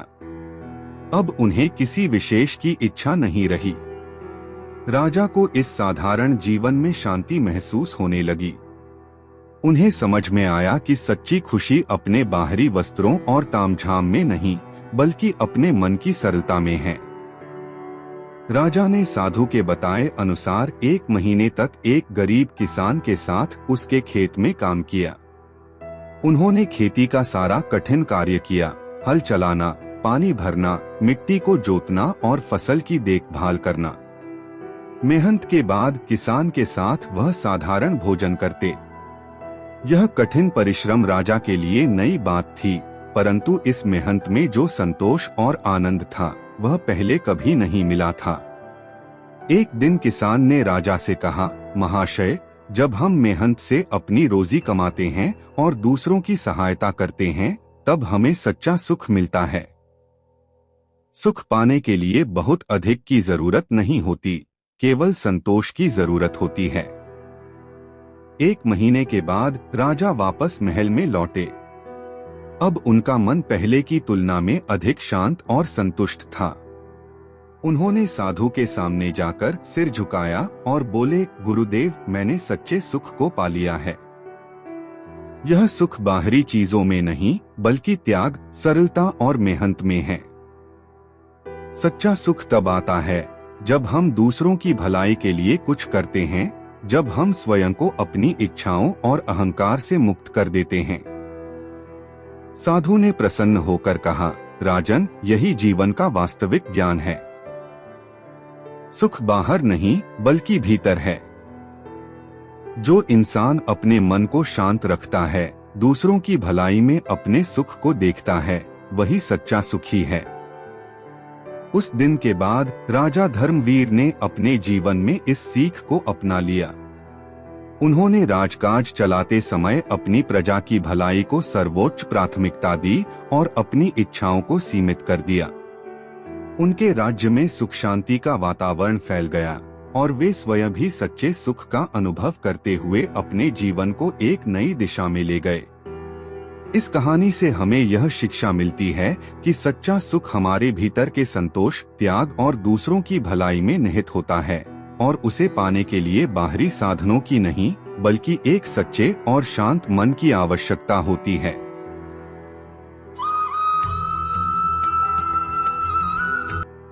बहुत समय पहले एक छोटे से गांव में श्यामू नाम का एक गरीब किसान रहता था। उसकी जमीन बंजर थी और बहुत मेहनत के बावजूद उसकी फसल अच्छी नहीं होती थी।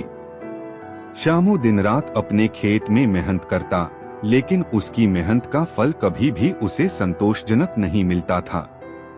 धीरे धीरे वह अपने हालात से निराश हो गया और सोचने लगा कि शायद किस्मत उसके साथ नहीं है। एक दिन श्यामू को किसी ने बताया कि पास के जंगल में एक महान संत तपस्या कर रहे हैं, जो लोगों की मुश्किलें हल करने में सक्षम हैं। निराश होकर श्यामू संत के पास गया और अपनी समस्याएं बताईं। उसने संत से पूछा, महाराज, मैं दिन रात मेहनत करता हूँ, लेकिन मेरी हालत में कोई सुधार नहीं आता। कृपया मेरी मदद कीजिए।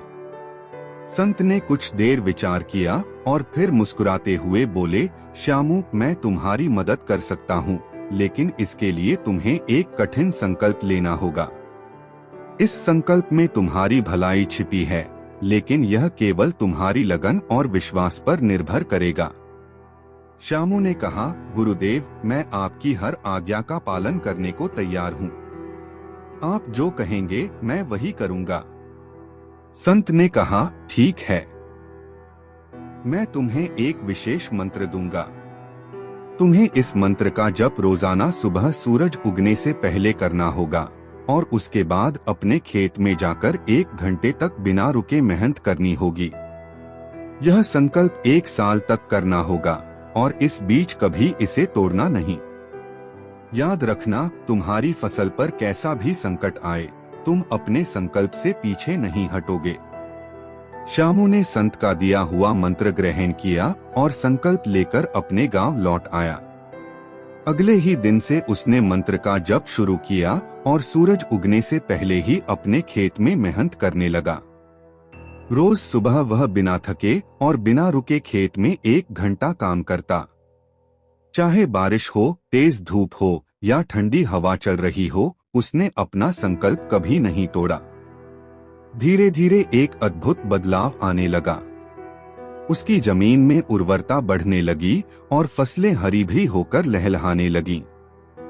1 साल बाद उसकी फसल इतनी अच्छी हुई कि वह अपनी उपज बेचकर अच्छा मुनाफा कमा सका। उसकी मेहनत और संकल्प का परिणाम इतना शानदार था कि वह गांव का सबसे खुशहाल किसान बन गया। साल भर बाद श्यामू संत के पास गया और उन्हें अपने खेतों की सफलता के बारे में बताया। उसने कहा, गुरुदेव, आपकी कृपा से मैं आज सफल हूँ, लेकिन कृपया मुझे बताइए, यह मंत्र इतना शक्तिशाली कैसे था? संत ने मुस्कुराते हुए कहा, श्यामू, उस मंत्र में कोई चमत्कार नहीं था। असली चमत्कार तुम्हारी मेहनत, अनुशासन और संकल्प में था। जब तुमने नियमितता और दृढ़ता से काम किया, तो अपनी मेहनत से ही अपने खेतों की उर्वरता बढ़ा दी। जीवन में असली सफलता केवल अनुशासन, मेहनत और दृढ़ संकल्प से ही मिलती है। श्यामू को अपनी मेहनत और संकल्प का असली महत्व समझ में आ गया। उसने संत का आशीर्वाद लिया और जीवन भर इसी अनुशासन और मेहनत के साथ काम करता रहा।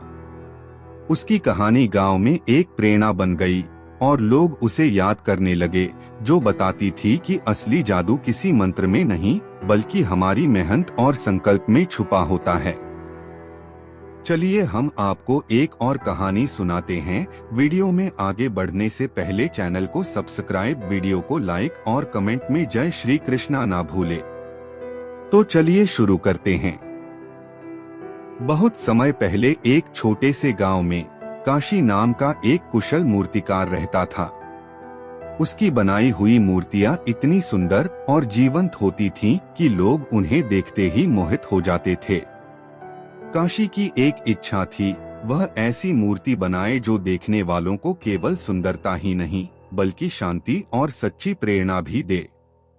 एक दिन उसने सुना कि एक संत अनंत मूर्ति, जो जीवन की गहरी समझ रखते थे, पास के गांव में रुके हुए हैं।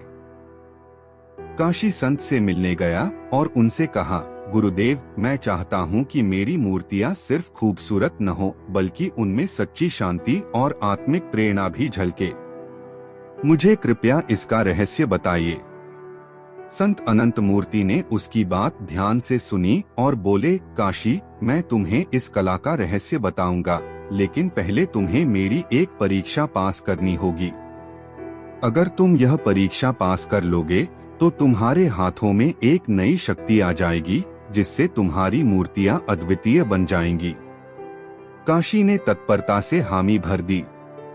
संत ने उसे गांव के सबसे पुराने और खंडित मंदिर में जाकर वहां पड़ी टूटी हुई मूर्तियों की मरम्मत करने का आदेश दिया और कहा, तुम्हें इन्हें ठीक करना होगा, लेकिन इस काम में तुम्हें किसी की सहायता नहीं लेनी है। इसे पूरी लगन और सच्ची श्रद्धा के साथ करना। जब काम पूरा हो जाए तब मेरे पास आना। अगले दिन से काशी ने उस पुराने मंदिर में काम करना शुरू कर दिया। वहां की मूर्तियां काफी क्षतिग्रस्त थीं और कई वर्षों से उनकी कोई देखभाल नहीं हुई थी। काशी ने बिना थके दिन रात काम किया। हर मूर्ति को संवारते समय वह उनके चेहरे पर ध्यान लगाता, उनमें खो जाता, जैसे वह उनके भीतर की गहराई को देख रहा हो। महीनों तक लगातार मेहनत करते हुए उसने सभी मूर्तियों को फिर से जीवंत कर दिया। काम पूरा होने के बाद वह संत के पास पहुंचा। संत ने उसकी थकी हुई लेकिन संतुष्ट आंखों में देखा और कहा, काशी, अब बताओ, तुम्हें इन मूर्तियों को बनाते समय क्या महसूस हुआ? काशी ने गंभीरता से जवाब दिया, गुरुदेव, जब मैं मूर्तियों को संवार रहा था तो मुझे लगा जैसे मैं अपने भीतर की गहराई को छू रहा हूँ। हर बार जब मैं एक मूर्ति को ठीक करता, मुझे ऐसा महसूस होता जैसे मेरे मन की भी एक दरार भर रही है। मुझे समझ में आया कि सच्ची कला बाहरी सुंदरता से नहीं बल्कि भीतर की शांति और गहराई से जन्म लेती है। संत ने मुस्कुराते हुए कहा, काशी, यही रहस्य था जिसे मैं तुम्हें समझाना चाहता था। जब तुम किसी मूर्ति को बनाओ तो उसे केवल बाहरी आकार मत दो बल्कि अपने भीतर की शांति और सच्चाई को उसमें उकेरो।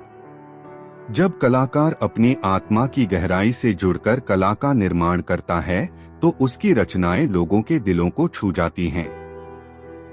अब तुम्हारी मूर्तियां न केवल सुंदर होंगी बल्कि उनमें एक आत्मिक शक्ति भी होगी जो देखने वालों को शांति और प्रेरणा देगी। काशी को अपने जीवन का सबसे बड़ा सबक मिल चुका था। उसने संत को प्रणाम किया और संकल्प लिया कि अब से वह अपनी हर मूर्ति में केवल बाहरी सौंदर्य ही नहीं बल्कि अपने भीतर की सच्चाई और शांति को भी ढालेगा। उसकी मूर्तियां धीरे धीरे गांव में प्रसिद्ध होने लगीं और लोग दूर दूर से उसे देखने आते। उसकी मूर्तियां लोगों के दिलों को छूती और उन्हें शांति का अनुभव कराती।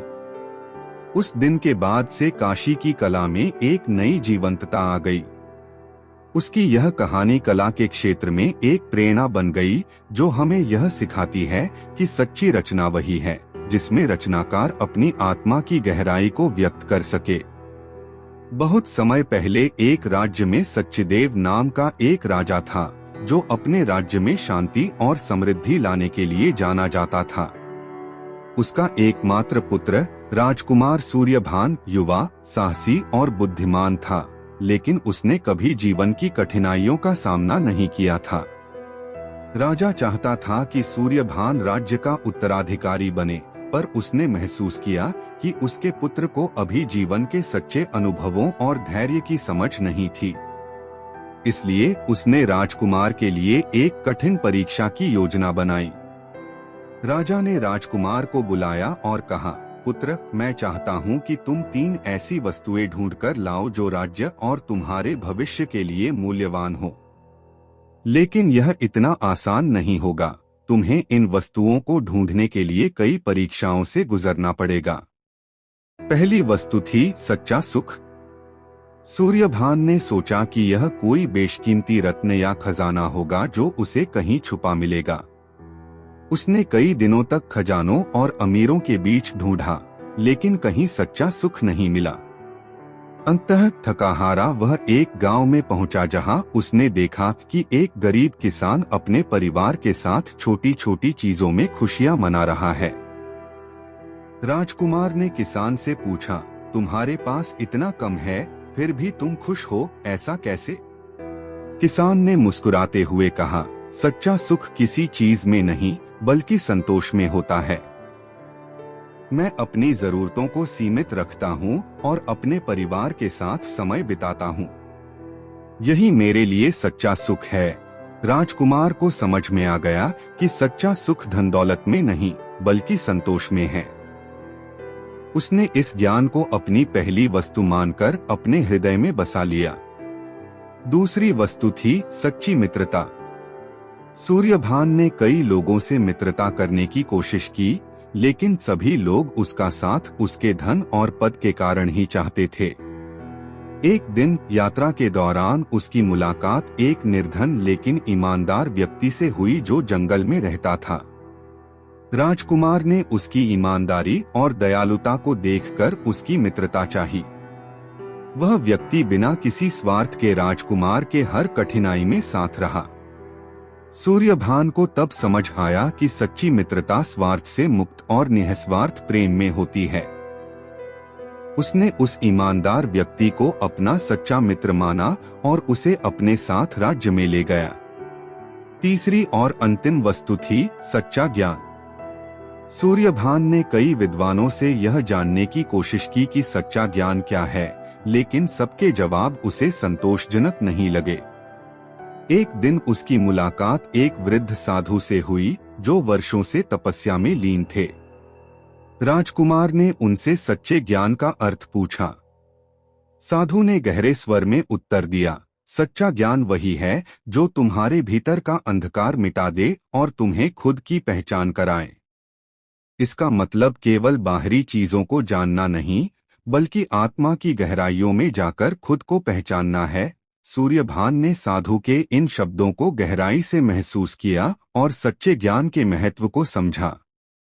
राजकुमार तीनों वस्तुएं, सच्चा सुख, सच्ची मित्रता और सच्चा ज्ञान, अपने अनुभवों के रूप में लेकर अपने राज्य वापस आया।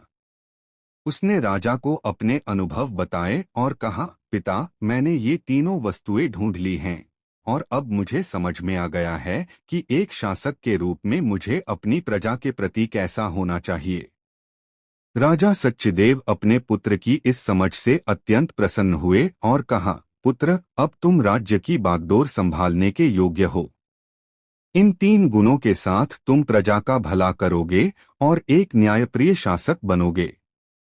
सूर्यभान ने इन शिक्षाओं को जीवन भर याद रखा और अपने राज्य को एक सुनहरे युग में पहुंचाया।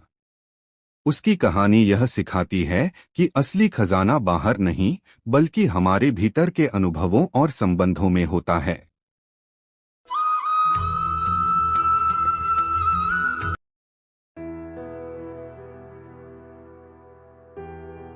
दौलत होने से आदमी अपने आप को भूल जाता है और दौलत ना होने से लोग इसको भूल जाते हैं। जब किसी करीब के दिन फिरते हैं तो वही रिश्तेदार जो पहले इससे आंखें चुराते थे, इसकी राह में आंखें बिछाने लगते हैं। कामयाब शादी का राज सही साथी को चुनने से बढ़कर खुद सही इंसान बनने की काबिलियत में छुपा है। जब कुछ देर की मुस्कुराहट से तस्वीर अच्छी आ सकती है, तो हमेशा मुस्कुराकर जीने से जिंदगी अच्छी क्यों नहीं हो सकती। चलिए हम आपको एक कहानी सुनाते हैं। बहुत समय पहले एक बड़े राज्य में एक राजा का राज था। राजा का एकमात्र पुत्र राजकुमार अधिराज वीर, बुद्धिमान और सभी गुणों से संपन्न था। लेकिन उसे एक कमजोरी थी। अधिराज हमेशा अपनी इच्छाओं की पूर्ति चाहता था और यदि कभी उसे कोई चीज नहीं मिलती तो वह क्रोधित हो जाता और अपने क्रोध में लोगों पर कठोर हो जाता। राजा को अपने पुत्र की इस आदत की चिंता थी। एक दिन राजा ने सोचा कि शायद कोई महान संत ही राजकुमार को इस आदत से मुक्त कर सकता है। उसने राजकुमार को बुलाया और कहा, बेटा, मैं चाहता हूँ कि तुम कुछ समय के लिए पहाड़ों में जाकर वहाँ एक महान संत से मिलो। वह तुम्हें संयम और संतोष का महत्व सिखा सकते हैं। राजकुमार अपने पिता की बात मान गया और कुछ सैनिकों के साथ पहाड़ों की ओर चल पड़ा। कई दिनों के सफर के बाद वह एक निर्जन घाटी में पहुंचा, जहां एक बड़े वृक्ष के नीचे एक वृद्ध संत ध्यान में बैठे हुए थे। राजकुमार ने उनके पास जाकर अपना अभिवादन किया और अपनी समस्या बताई। संत ने ध्यान से सुना और मुस्कुराते हुए कहा, अधिराज, अगर तुम वाकई अपनी आदतों को बदलना चाहते हो तो मैं तुम्हें एक वरदान दे सकता हूँ। लेकिन यह वरदान केवल तभी कार्य करेगा जब तुम इसका सही तरीके से उपयोग करना सीखोगे। राजकुमार ने उत्सुकता से संत की बात मानी। संत ने उसे एक छोटी चमकदार सी मणि दी और कहा, यह मणि तुम्हें किसी भी परिस्थिति में शांति और संतोष प्रदान करेगी, लेकिन इसका उपयोग केवल दिन में एक बार ही कर सकते हो। जब तुम्हारे भीतर असंतोष या क्रोध उत्पन्न हो तो इस मणि को अपने हृदय के पास रखकर इसे दबाओ और अपने मन को शांत करो। ध्यान रहे, इसे केवल कठिन परिस्थितियों में ही उपयोग करना। अधिराज ने संत का आशीर्वाद लिया और मणि लेकर वापस राज्य लौट आया। पहले दिन से ही उसने मणि का उपयोग करना शुरू कर दिया। जैसे ही उसे कोई छोटी सी परेशानी होती, वह मणि को दबाता और शांति अनुभव करता। धीरे धीरे उसने महसूस किया कि मणि का प्रभाव केवल बाहरी रूप से था। असली संतोष उसे तब मिलता जब वह अपने मन को शांत करता और संतोषित रहता। कुछ ही महीनों में राजकुमार ने समझ लिया कि मणि का प्रभाव नहीं, बल्कि संत की दी हुई सीख असल में उसे शांति और संतोष प्रदान कर रही थी।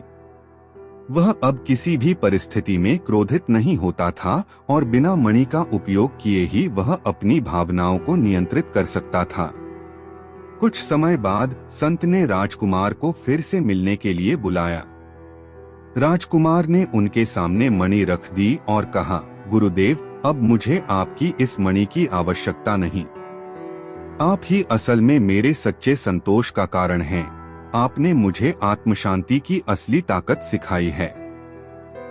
संत ने संतोष के साथ उसे आशीर्वाद दिया और कहा, अधिराज, जीवन में असली संतोष कोई वस्तु नहीं दे सकती, यह तो हमारे भीतर ही छुपा होता है। जिसने इसे खोज लिया वही सच्चा शासक और सच्चा ज्ञानी है। राजकुमार ने उस दिन से अपने जीवन को पूरी तरह बदल लिया। वह संयमित, शांत और संतुष्ट रहने लगा और जब वह राजा बना तो उसकी प्रजा ने उसे एक न्यायप्रिय और दयालु शासक के रूप में सम्मान दिया। उसकी इस कहानी को लोग वर्षों तक याद करते रहे, जो उन्हें यह सिखाती थी कि असली संतोष हमारे भीतर ही है, बाहर की वस्तुओं में नहीं। हमेशा सच बोलो ताकि तुम्हें कसम खाने की जरूरत ना पड़े। तैरना सीखना है तो पानी में उतरना ही होगा। किनारे बैठकर कोई गोताखोर नहीं बनता। कितना भी पकड़ लो, फिसलता जरूर है। ये वक्त है साहब, बदलता जरूर है। यह बात मायने नहीं रखती कि आप कितना धीमे चल रहे हैं, जब तक कि आप रुके नहीं। एक समय की बात है, एक गांव में एक साधु महाराज आए जो अपनी गहरी समझ और अनुभवों के लिए प्रसिद्ध थे। गांव के लोग उनकी शिक्षाओं को सुनने के लिए दूर दूर से आते थे। एक दिन गांव का एक उत्सुक युवक देव उनके पास पहुंचा। देव जीवन के बारे में बहुत सवाल करता था, लेकिन किसी से संतोषजनक उत्तर नहीं मिल पाता था। चलिए हम आपको एक और कहानी सुनाते हैं। वीडियो में आगे बढ़ने से पहले चैनल को सब्सक्राइब, वीडियो को लाइक और कमेंट में जय श्री कृष्णा लिखना ना भूलें। तो चलिए शुरू करते हैं। देव ने साधु महाराज से कहा, गुरुदेव, मेरे मन में 3 प्रश्न हैं, जिनका उत्तर पाकर ही मुझे शांति मिलेगी। कृपया मेरी जिज्ञासा को शांत करें। साधु महाराज ने ध्यान से उसकी बात सुनी और मुस्कुराते हुए कहा, पूछो देव, मैं तुम्हारे हर प्रश्न का उत्तर देने की कोशिश करूंगा। देव ने पहला प्रश्न पूछा, गुरुदेव, इस जीवन का असली उद्देश्य क्या है? साधु महाराज ने उसे एक सुनसान घाटी की ओर इशारा करते हुए कहा, वहाँ एक पुरानी गुफा है, तुम वहाँ जाओ और ध्यान लगाकर इस प्रश्न का उत्तर खोजने की कोशिश करो। जब तुम्हें उत्तर मिल जाए तब मेरे पास लौट आना। देव उस गुफा की ओर चल पड़ा। गुफा में पहुंचने पर उसने देखा कि वहां घना अंधेरा है और केवल एक दीपक जल रहा है। उसने ध्यान करना शुरू किया और धीरे धीरे उसे महसूस हुआ कि अंधेरा केवल बाहर नहीं बल्कि उसके भीतर भी है। कई घंटे ध्यान करने के बाद उसे महसूस हुआ कि जीवन का असली उद्देश्य अपने भीतर के अंधेरे को दूर कर ज्ञान और समझ की रोशनी फैलाना है। वह साधु महाराज के पास लौटा और उन्हें अपने अनुभव बताए। साधु महाराज ने उसे शाबाशी दी और कहा, तुमने अपने पहले प्रश्न का उत्तर पा लिया। अब देव ने दूसरा प्रश्न पूछा, गुरुदेव, सबसे बड़ी शक्ति क्या है? साधु महाराज ने उसे गांव के पास के जंगल की ओर भेजा और कहा, वहां एक पुराना और विशाल वट वृक्ष है, उसके पास जाओ और उसकी शक्ति को महसूस करो। देव उस वृक्ष के पास पहुंचा और उसकी विशालता, स्थिरता और मजबूती को देखकर अचंभित हो गया। कई दिनों तक उसने उस वृक्ष के नीचे ध्यान लगाया और महसूस किया कि असली शक्ति बाहरी रूप में नहीं बल्कि भीतर की स्थिरता, सहनशीलता और धैर्य में है। वह साधु महाराज के पास लौटा और अपना अनुभव साझा किया। साधु महाराज मुस्कुराए और बोले, तुम्हें अपने दूसरे प्रश्न का उत्तर भी मिल गया है। असली शक्ति वो है जो तुम्हें परिस्थितियों में अडिग रखे और सहनशील बनाए। अंत में देव ने तीसरा प्रश्न पूछा, गुरुदेव, सच्चा सुख क्या है और इसे कैसे पाया जा सकता है? साधु महाराज ने देव को गांव के तालाब के पास भेजा और कहा, तालाब के किनारे बैठो और वहां आने वाले हर व्यक्ति को देखो, उनसे बातचीत करो, उनके दुख सुख सुनो, वहां तुम्हें सच्चे सुख का अनुभव होगा। देव तालाब के किनारे जाकर बैठ गया। उसने देखा कि कई लोग पानी भरने आते, कुछ लोग स्नान करने आते और कुछ बस अपनी परेशानियां लेकर बैठते। देव ने उनके दुख और सुख की कहानियां सुनी और उन्हें सांत्वना दी। धीरे धीरे उसने महसूस किया कि सच्चा सुख अपने और दूसरों के बीच प्रेम और करुणा में छिपा है। जब हम दूसरों के सुख दुख को समझते हैं और उनकी मदद करते हैं, तब हमें सच्चे सुख की अनुभूति होती है। देव यह उत्तर लेकर साधु महाराज के पास लौटा। साधु महाराज ने उसे प्रेम पूर्वक आशीर्वाद दिया और कहा, देव, तुमने जीवन के 3 सबसे महत्वपूर्ण प्रश्नों का उत्तर पा लिया है। जीवन का उद्देश्य अपने भीतर की रोशनी को खोजना है, असली शक्ति भीतर की स्थिरता में है और सच्चा सुख दूसरों के प्रति करुणा और प्रेम में है। देव ने साधु महाराज के ये उत्तर अपने जीवन में अपना लिए। उसने सच्चे उद्देश्य, शक्ति और सुख की राह पर चलते हुए अपने जीवन को एक प्रेरणा बना दिया। उसके ये 3 प्रश्न और उनके उत्तर गांव वालों के लिए एक महान शिक्षा बन गए और लोग उसे एक संत के रूप में सम्मान देने लगे। सभी लोग मरते हैं, पर वास्तव में सभी लोग जीते नहीं हैं। जीवन के बारे में चिंता मत कीजिए, इससे आप बचकर निकलने वाले नहीं, दम तोड़ देती है। माँ बाप की ममता जब बच्चे कहते हैं कि तुमने किया ही क्या है हमारे लिए, लोग क्या कहेंगे यह सोचकर जीवन जीते हैं। भगवान क्या कहेंगे, क्या कभी इसका विचार किया? एक समय की बात है, एक धनी व्यापारी ध्रुवदास अपने जीवन से संतुष्ट नहीं था। उसके पास अथाह धन संपत्ति, मान सम्मान और ऐशो आराम था, लेकिन फिर भी वह हमेशा बेचैन रहता था और उसे असली सुख और शांति नहीं मिल पाती थी। एक दिन उसने सुना कि पास के गांव में एक महान संत वीतराग प्रवास कर रहे हैं, जो शांति और आत्मज्ञान के विषय में गहरी समझ रखते थे। ध्रुवदास संत वीतराग के पास गया और उनसे बोला, गुरुदेव, मैंने अपने जीवन में सब कुछ पाया है, लेकिन सुख और शांति मुझसे दूर हैं।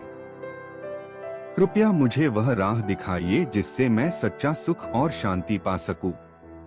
संत वीतराग मुस्कुराए और बोले, ध्रुवदास, मैं तुम्हें एक सरल सी चुनौती देता हूँ। यदि तुम इस कार्य को पूरा करोगे तो तुम्हें असली सुख और शांति का अनुभव होगा। ध्रुवदास ने हामी भरी। संत ने उसे एक कटोरा दिया जिसमें तेल भरा हुआ था और कहा, तुम्हें इस कटोरे को लेकर इस गांव की गलियों में घूमना है, लेकिन ध्यान रहे, इस कटोरे का तेल एक बूंद भी नहीं गिरना चाहिए। ध्रुवदास ने सोचा कि यह तो आसान काम है और वह कटोरा लेकर गांव की गलियों में घूमने लगा।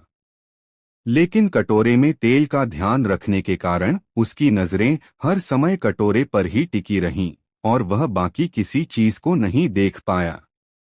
कुछ देर बाद वह संत के पास लौटा और गर्व से बोला, गुरुदेव, मैंने एक बूंद भी तेल नहीं गिरने दिया। संत ने शांत स्वर में पूछा, यह बताओ ध्रुवदास, गांव की गलियों में क्या देखा? क्या तुमने वहां खेलते बच्चों को देखा या बाजार में हो रही हलचल को?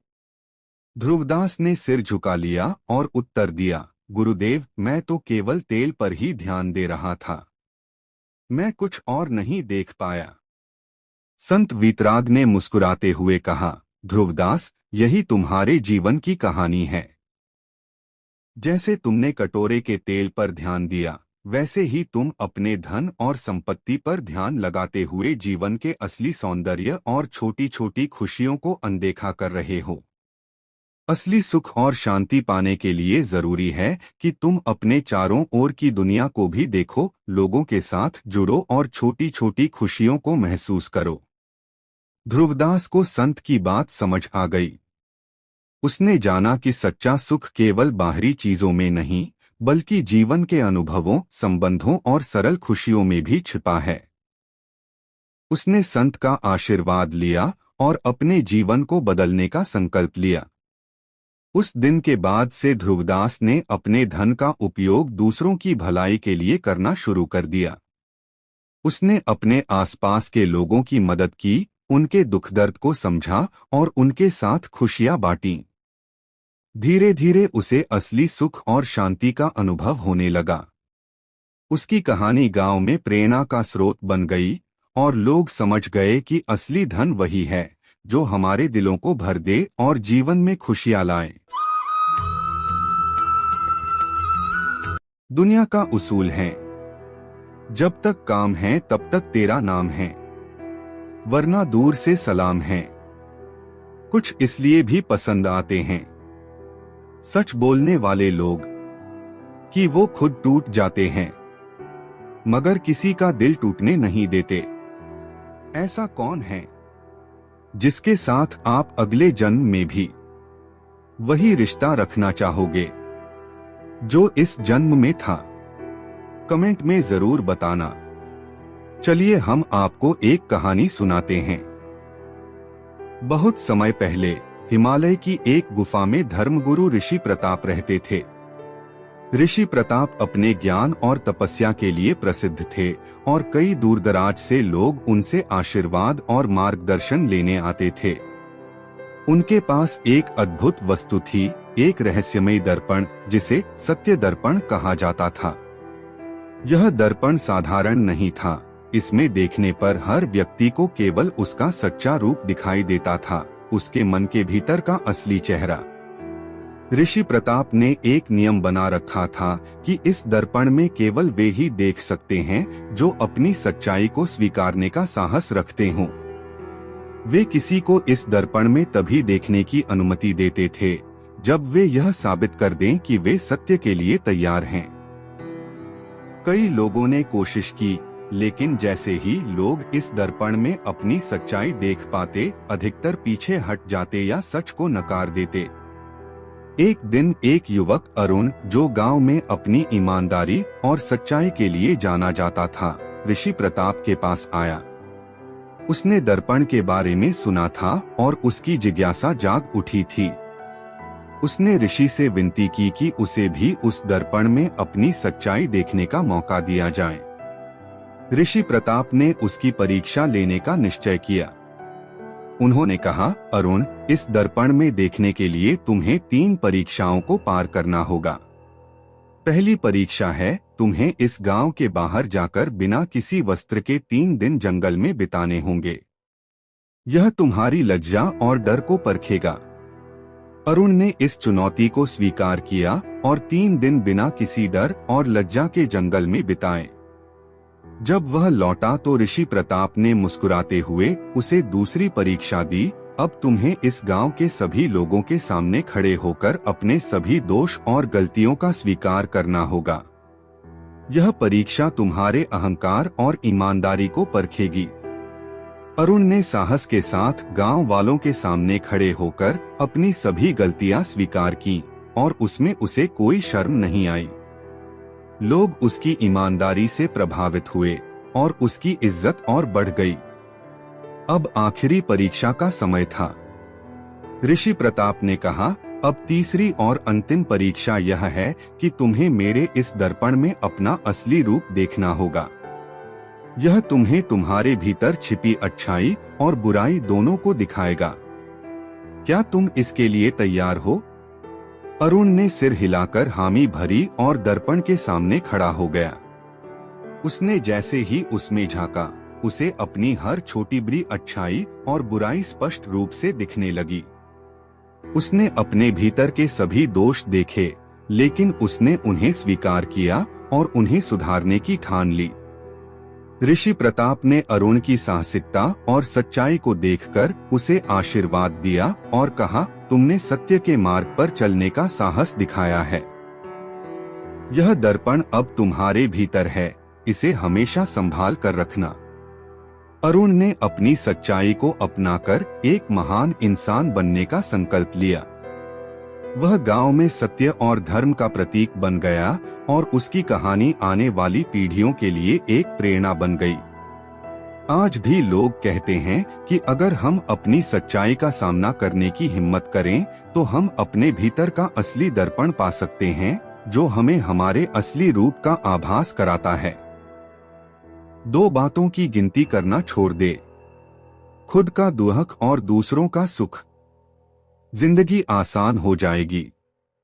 दीवारें मेरे संग रोती रही और लोग समझे कि मकान कच्चा है। वो अपने ही होते हैं जो लफ्जों से मार देते हैं।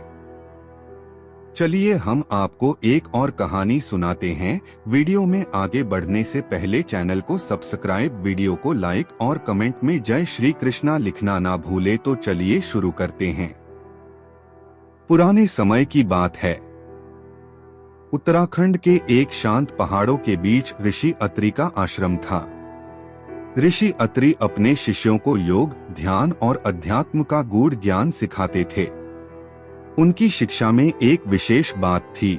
वह अपने शिष्यों से कहते थे कि सत्य को समझने के लिए खुद को पूरी तरह खो देना पड़ता है। उनके सभी शिष्य बहुत समर्पित थे, लेकिन उनमें से एक विशेष था, मृगांक। मृगांक अपने गुरु की हर आज्ञा का पालन करता था और पूरी निष्ठा से उनका कहा हर काम करता था। लेकिन उसके मन में एक बड़ी जिज्ञासा थी, सत्य क्या है? उसने कई बार ऋषि अत्रि से इस बारे में पूछा था, लेकिन हर बार उसे केवल एक मुस्कान ही उत्तर में मिलती। एक दिन ऋषि अत्रि ने अपने सभी शिष्यों को बुलाया और कहा, अब मैं वृद्ध हो चला हूँ और इस देह को छोड़ने का समय निकट है। लेकिन मेरी एक अंतिम इच्छा है। जो भी मेरे इस रहस्य को जानना चाहता है, उसे अपनी साधना में सबसे कठिन परीक्षा से गुजरना होगा। इस परीक्षा में सफल होने वाला ही सत्य को समझ पाएगा। शिष्यों ने गुरु की आज्ञा मान ली। ऋषि अत्रि ने एक बड़े पर्वत की ओर इशारा करते हुए कहा, जो कोई भी इस पर्वत के शीर्ष तक बिना रुके और बिना किसी से बात किए पहुंच जाएगा, वह इस सत्य को समझने की पात्रता पाएगा।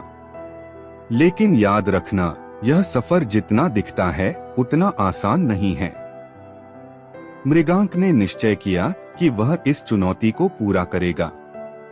उसने बिना किसी संकोच के पर्वत के शिखर की ओर यात्रा शुरू की। रास्ता कठिन और खतरों से भरा हुआ था, जंगली जानवर, गहरी खाइयां और बर्फीली हवाएं। लेकिन मृगांक ने बिना रुके और बिना किसी से बात किए अपना सफर जारी रखा। कई बार उसे लगा कि वह इस सफर को पूरा नहीं कर पाएगा, लेकिन गुरु की दी हुई सीख उसे याद आती रही। अंततः वह पर्वत के शिखर पर पहुंच गया, जहां एक गुफा में उसके गुरु ऋषि अत्रि पहले से बैठे हुए थे।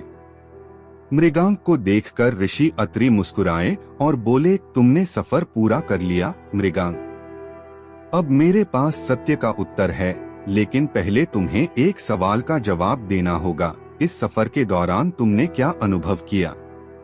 मृगांक ने उत्तर दिया, गुरुदेव, इस यात्रा में मैं कई बार थका, डरा और निराश हुआ। लेकिन हर बार आपकी दी हुई शिक्षा मुझे आगे बढ़ने का साहस देती रही। मैंने सीखा कि सत्य केवल पहुंचने की मंजिल नहीं है, यह हर कदम पर धैर्य, साहस और स्वयं को खोने का अनुभव है। ऋषि अत्रि ने संतोष की मुस्कान के साथ कहा, मृगांक, तुमने इस यात्रा में जो महसूस किया वही असल में सत्य है। सत्य बाहर कहीं नहीं है, वह हमारे भीतर की इस यात्रा में छिपा हुआ है। मृगांक को अपनी गुरु की बात का अर्थ समझ में आ गया। उसने महसूस किया कि सत्य को पाने के लिए किसी विशेष स्थान पर जाना नहीं पड़ता, बल्कि यह हमारी यात्रा और अनुभवों में ही समाया होता है। इस तरह मृगांक ने अपने गुरु की अंतिम सीख को अपने जीवन का सत्य मान लिया और एक महान योगी बनकर सभी को आत्मज्ञान का मार्ग दिखाने लगा। कहते हैं कि उसकी यह कहानी आज भी हिमालय की उन हवाओं में गूंजती है, जहां उसने अपने गुरु से सत्य का अद्वितीय पाठ सीखा था। जिंदगी ने सिखा दिया है अकेले जीना, पर पता नहीं क्यों दिल हर बार लोगों के झांसे में आ जाता है। कमाल का ताना दिया आज मंदिर में भगवान ने, मांगने ही आते हो कभी मिलने भी आया करो। जब दर्द और कड़वी बोली दोनों सहन होने लगे तो समझ लेना जीना आ गया। किसी को उजाड़ कर बसे तो क्या बसे, किसी को रुलाकर हंसे तो क्या हंसे। बहुत समय पहले की बात है, एक महान ऋषि स्वर्णदेव हिमालय की एक ऊंची चोटी पर अपनी तपस्या में लीन रहते थे। ऋषि स्वर्णदेव को अपनी आध्यात्मिक शक्ति के लिए जाना जाता था। वे बहुत ही कम बोलते थे और उनकी उपस्थिति में लोग अपने आप ही शांत और स्थिर महसूस करते थे। लोग दूर दूर से उनके पास अपनी समस्याओं के समाधान के लिए आते और ऋषि स्वर्णदेव उन्हें अपने अनोखे तरीकों से जीवन के कठिन प्रश्नों का उत्तर देते थे।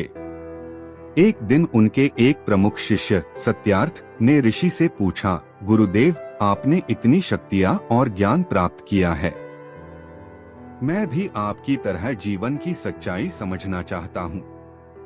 कृपया मुझे भी अपनी शक्ति और ज्ञान का एक हिस्सा दें। ऋषि स्वर्णदेव मुस्कुराए और बोले, सत्यार्थ, सच्चाई पाने के लिए केवल ज्ञान की जरूरत नहीं होती, बल्कि धैर्य और समझ की भी आवश्यकता होती है।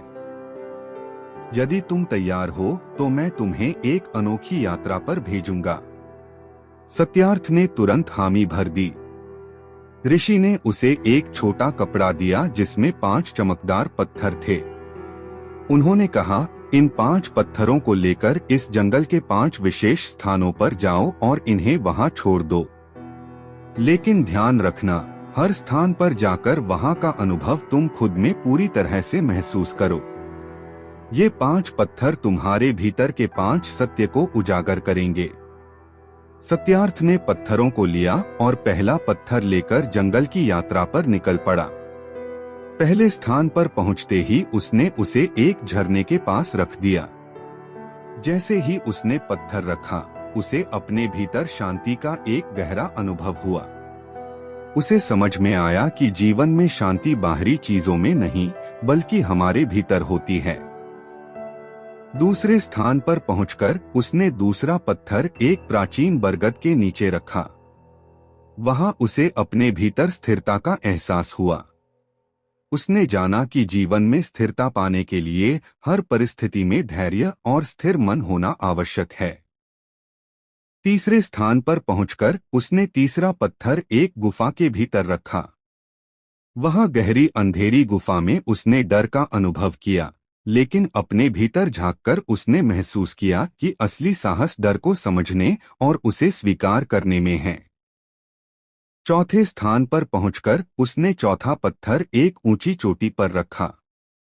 वहां से उसे दूर दूर तक के दृश्य दिखाई दिए। उसने समझा कि जीवन को बड़े नजरिए से देखना जरूरी है ताकि हम छोटी छोटी परेशानियों से ऊपर उठ सकें। अंतिम स्थान पर उसने पांचवां पत्थर एक शांत झील के किनारे रखा। जैसे ही उसने यह किया, उसने अपने भीतर प्रेम का गहरा भाव अनुभव किया। उसने जाना कि जीवन का अंतिम सत्य प्रेम में छिपा हुआ है और सच्चे प्रेम में ही सारा संसार समाहित है। जब सत्यार्थ अपने गुरु के पास लौटकर आया तो उसके चेहरे पर एक अलग ही चमक थी। ऋषि स्वर्णदेव ने उसे देखकर कहा, सत्यार्थ, यह यात्रा तुम्हारे लिए साधारण नहीं थी। इन 5 पत्थरों ने तुम्हें जीवन के 5 महत्वपूर्ण सत्य सिखाए हैं: शांति, स्थिरता, साहस, दृष्टिकोण और प्रेम। इन 5 गुणों को अपने जीवन में बनाए रखो और ये ही तुम्हारा सच्चा मार्गदर्शन करेंगे। सत्यार्थ ने गुरु की यह सीख अपने जीवन में अपना ली और जीवन भर इन सच्चाइयों के अनुसार जीता रहा। उसने गुरु के आशीर्वाद और सिखाई हुई सच्चाइयों को दूसरों तक पहुंचाया। इस तरह ऋषि स्वर्णदेव के 5 पत्थरों की कहानी एक महान प्रेरणा बनी।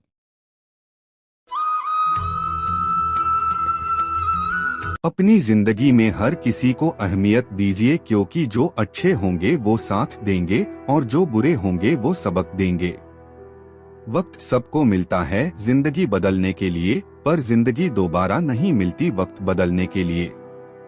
जिंदगी 2 दिन की है, एक दिन आपके हक में, एक दिन आपके खिलाफ। जिस दिन हक में हो गुरूर मत करना और जिस दिन खिलाफ हो थोड़ा सा सब्र जरूर करना। खुद से नहीं हारोगे तो अवश्य जीतोगे। कोशिश करो कि जिंदगी का हर लम्हा अच्छे से अच्छा गुजरे, क्योंकि जिंदगी नहीं रहती पर अच्छी यादें हमेशा जिंदा रहती हैं। बहुत समय पहले राजस्थान के एक छोटे से गांव में आरव नाम का एक युवक रहता था। आरव गरीब था, लेकिन उसके पास एक बड़ा दिल और मजबूत इरादे थे। वह मेहनत करके अपनी माँ और छोटे भाई का पालन पोषण कर रहा था। आरव का सपना था कि वह एक दिन अपने गांव का नाम रोशन करे। गांव में एक परिवार की बेटी आर्या थी, जो बहुत सुंदर और पढ़ी लिखी थी। आर्या के माता पिता उसे पढ़ने के लिए शहर भेजना चाहते थे ताकि वह पढ़ाई में और आगे बढ़ सके। एक दिन आरव और आर्या की मुलाकात गांव के मंदिर में हुई, जहां आर्या अपने माता पिता के साथ पूजा करने आई थी। उनकी आंखें मिलीं और पहली बार में ही दोनों को एक दूसरे के लिए कुछ खास महसूस हुआ। वक्त के साथ दोनों में दोस्ती हुई और वह दोस्ती धीरे धीरे प्यार में बदल गई। आर्या के शहर जाने से पहले दोनों ने अपने प्यार का इजहार किया। आरव ने वादा किया कि वह कड़ी मेहनत करेगा और एक दिन ऐसा मुकाम हासिल करेगा कि आर्या के माता पिता भी उनके रिश्ते को स्वीकार कर लेंगे। आरव दिन रात मेहनत करने लगा। उसने खेतों में काम करना शुरू कर दिया और साथ ही शहर जाकर अपनी पढ़ाई पूरी की। उसने हर मुश्किल का सामना किया और खुद को मजबूत बनाया। उसकी मेहनत रंग लाई और वह गांव का पहला व्यक्ति बना जिसने सरकारी नौकरी हासिल की। अब आरव गांव का गर्व बन चुका था। आरव की सफलता की खबर आर्या के माता पिता तक भी पहुंची। वे भी उसकी मेहनत और ईमानदारी से प्रभावित हुए। उन्होंने आरव और आर्या के रिश्ते को स्वीकार कर लिया। आर्या जब शहर से लौटी तो वह अपने गांव की परंपराओं और प्यार के साथ अपने प्यार के पास आ गई। गांव वालों ने धूमधाम से आरव और आर्या की शादी करवाई। उन दोनों का प्यार इस बात का सबूत बन गया कि सच्चे प्यार में ताकत होती है जो हर मुश्किल को पार कर सकती है। रास्ते कभी खत्म नहीं होते, बस लोग हिम्मत हार जाते हैं। चिंता इतनी कीजिए कि काम हो जाए, पर इतनी नहीं कि जिंदगी तमाम हो जाए। मालूम सबको है कि जिंदगी बेहाल है, लोग फिर भी पूछते हैं और सुनाओ क्या हाल है। अक्सर जिनकी हंसी खूबसूरत होती है वो जिंदगी में रोए भी बहुत होते हैं। मिली थी जिंदगी किसी के काम आने के लिए, पर वक्त बीत रहा है कागज के टुकड़े कमाने के लिए। जिंदगी जीने के दो तरीके होते हैं, पहला जो पसंद है उसे हासिल करना सीख लो और दूसरा जो हासिल है उसे पसंद करना सीख लो। जिंदगी बदलने के लिए लड़ना पड़ता है, आसान करने के लिए समझना पड़ता है। प्राचीन काल की बात है। हिमालय की एक घनी पहाड़ी पर एक महान संत का आश्रम था। उनका नाम महर्षि शिवदत्त था। महर्षि बहुत ही ज्ञानी और दयालु थे और दूर दूर से लोग उनके पास ज्ञान प्राप्त करने आते थे। उनके कई शिष्य थे, लेकिन उनमें से एक विशेष था, नाम था अनुज। अनुज साधारण था, परंतु उसकी भक्ति और समर्पण अद्वितीय थी। वह महर्षि शिवदत्त को सच्चे हृदय से अपना गुरु मानता था। अनुज हर दिन अपने गुरु की सेवा करता और उनके द्वारा बताए गए हर कार्य को पूरी श्रद्धा से निभाता। लेकिन एक दिन अनुज के मन में एक प्रश्न उठा, गुरुदेव ने मुझे अब तक बहुत सी बातें सिखाई हैं, परंतु क्या मैं वास्तव में उनकी शिक्षा को समझ पाया हूँ? इस विचार को लेकर अनुज ने महर्षि शिवदत्त से यह जानने की इच्छा प्रकट की कि वह उनकी परीक्षा लें और देखें कि वह उनकी शिक्षा को कितनी गहराई से समझ पाया है। महर्षि ने अनुज की बात सुनी और मुस्कुराते हुए कहा, अनुज, यदि तुम वास्तव में अपनी योग्यता का परीक्षण करना चाहते हो तो मैं तुम्हें एक कठिन कार्य सौंपता हूँ। महर्षि ने अनुज को एक बंद घड़ा दिया और कहा, इस घड़े को 3 दिन तक इस पहाड़ी के सबसे ऊंचे शिखर पर रखो। लेकिन ध्यान रहे, इस घड़े में एक बूंद पानी भी नहीं गिरना चाहिए। अनुज ने आज्ञा का पालन किया और उस घड़े को लेकर पहाड़ी की चोटी पर चला गया। वहां उसने 3 दिन और 3 रात बिना रुके घड़े की देखभाल की ताकि उसमें एक बूंद भी पानी न गिरे। 3 दिन बाद अनुज गुरु के पास लौट आया। महर्षि ने पूछा, अनुज, क्या तुमने कार्य पूरा किया? अनुज ने उत्तर दिया, हाँ गुरुदेव, मैंने इस घड़े की पूरी तरह से रक्षा की। इसमें एक बूंद पानी भी नहीं गिरा। महर्षि मुस्कुराए और बोले, अनुज, यह घड़ा तुम्हारे मन का प्रतीक है। जिस प्रकार तुमने इसे पानी से बचाए रखा, उसी प्रकार एक सच्चा साधक अपने मन को संसार की इच्छाओं और विकारों से मुक्त रखता है। तुमने इस परीक्षा को उत्तीर्ण किया है। अब तुम पूरी तरह तैयार हो अपनी साधना के मार्ग पर आगे बढ़ने के लिए। अनुज को अपने गुरु की यह शिक्षा समझ में आ गई कि साधना का असली अर्थ है अपने मन को विकारों से मुक्त रखना। वह अपने गुरु को धन्यवाद देते हुए पूरी भक्ति के साथ अपने साधना के पथ पर आगे बढ़ा। महर्षि ने उसे आशीर्वाद दिया और अनुज एक महान योगी बनकर अपना जीवन समर्पित कर दिया। इस प्रकार अनुज और महर्षि शिवदत्त की यह कथा हमें सिखाती है कि गुरु का सच्चा आशीर्वाद वही शिष्य पाता है जो अपनी साधना में दृढ़, समर्पित और अनुशासित रहता है। जिंदगी में अगर गुलाब की तरह खिलना है ए दोस्त, तो कांटों से तालमेल की कला सीखनी होगी।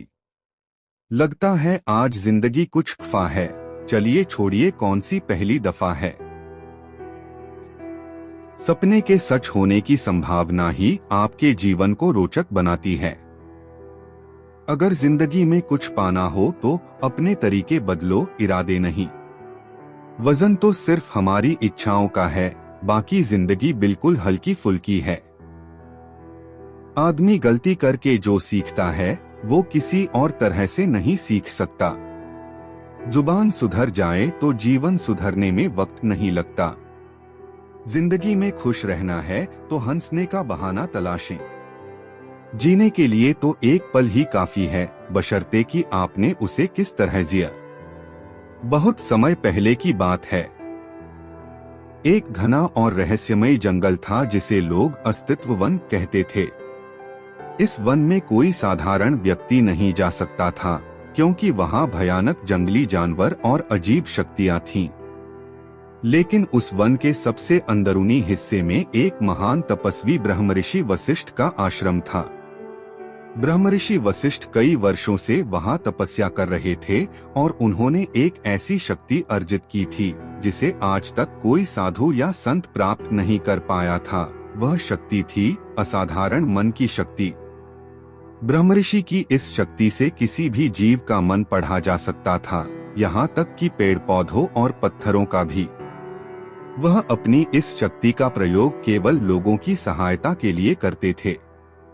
कई राजाओं, योद्धाओं और विद्वानों ने उनसे मार्गदर्शन प्राप्त किया था, लेकिन किसी को भी उनकी यह शक्ति नहीं पता थी। लेकिन अब वशिष्ठ वृद्ध हो चुके थे और महसूस करने लगे कि उनका शरीर इस धरती पर अधिक समय नहीं रह पाएगा। उन्होंने सोचा कि अब समय आ गया है कि वह इस शक्ति को किसी योग्य शिष्य को सौंप दे, ताकि इस शक्ति का उपयोग आने वाली पीढ़ियों के लिए हो सके। लेकिन समस्या यह थी कि यह शक्ति केवल उसे मिल सकती थी जो अपने मन और आत्मा से पूर्ण रूप से निर्मल हो। उन्होंने इस कार्य के लिए अपने शिष्यों की परीक्षा लेने का निश्चय किया। उन्होंने अपने सभी शिष्यों को बुलाया और कहा, तुम में से जो सबसे अधिक निर्भीक और सत्यवादी है, वही मेरे इस ज्ञान का अधिकारी होगा। लेकिन इसके लिए एक कठिन परीक्षा से गुजरना होगा। पहली परीक्षा में सभी शिष्यों को एक विशेष ध्यान प्रक्रिया दी गई, जिससे उनके मन की गहराई का पता चलता। कई शिष्य इसमें असफल रहे और बाहर हो गए। दूसरी परीक्षा में उन शिष्यों को जंगल के खतरनाक रास्ते से गुजरना था, जहां विचित्र आवाजें और मायावी दृश्य उनका ध्यान भटकाने की कोशिश करते।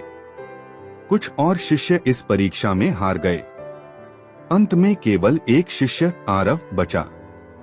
वह युवा था, परंतु उसकी आंखों में सच्चाई और साहस झलकता था। ब्रह्मऋषि ने उससे कहा, अब अंतिम परीक्षा का समय आ गया है। मुझे बताओ, इस जंगल के हर कोने में जाकर क्या तुम बिना डरे और बिना किसी लोभ के यात्रा कर सकते हो? आरव ने सिर हिलाते हुए हाँ कर दी। वह जंगल के कोने कोने में गया और बिना किसी भय या लोभ के यात्रा की। जब वह वापस लौटा तो ब्रह्मऋषि ने उसे अपनी शक्ति सौंप दी और कहा, अब से तुम इस शक्ति के स्वामी हो। लेकिन याद रखना, यह शक्ति एक बोझ भी है। इसका उपयोग केवल तभी करना जब दूसरों की भलाई हो। आरव ने यह बात गांठ बांध ली। उसने पूरी निष्ठा के साथ अपने गुरु की दी हुई शक्ति का उपयोग केवल तब किया जब किसी को सच्चे मार्ग पर लाना होता। इस तरह एक नई पीढ़ी को यह रहस्य भले ही न पता चले, लेकिन आरव ने अपने गुरु की इस अंतिम इच्छा को सदा याद रखा। इस अनोखी शक्ति का रहस्य आज भी उस अस्तित्व वन में कहीं छिपा हुआ है। कहते हैं कि आज भी कोई उस वन के भीतर जाता है तो उसे कई रहस्यमय अनुभव होते हैं, मानो आज भी ब्रह्मऋषि की आत्मा वहां हर किसी का परीक्षण कर रही हो।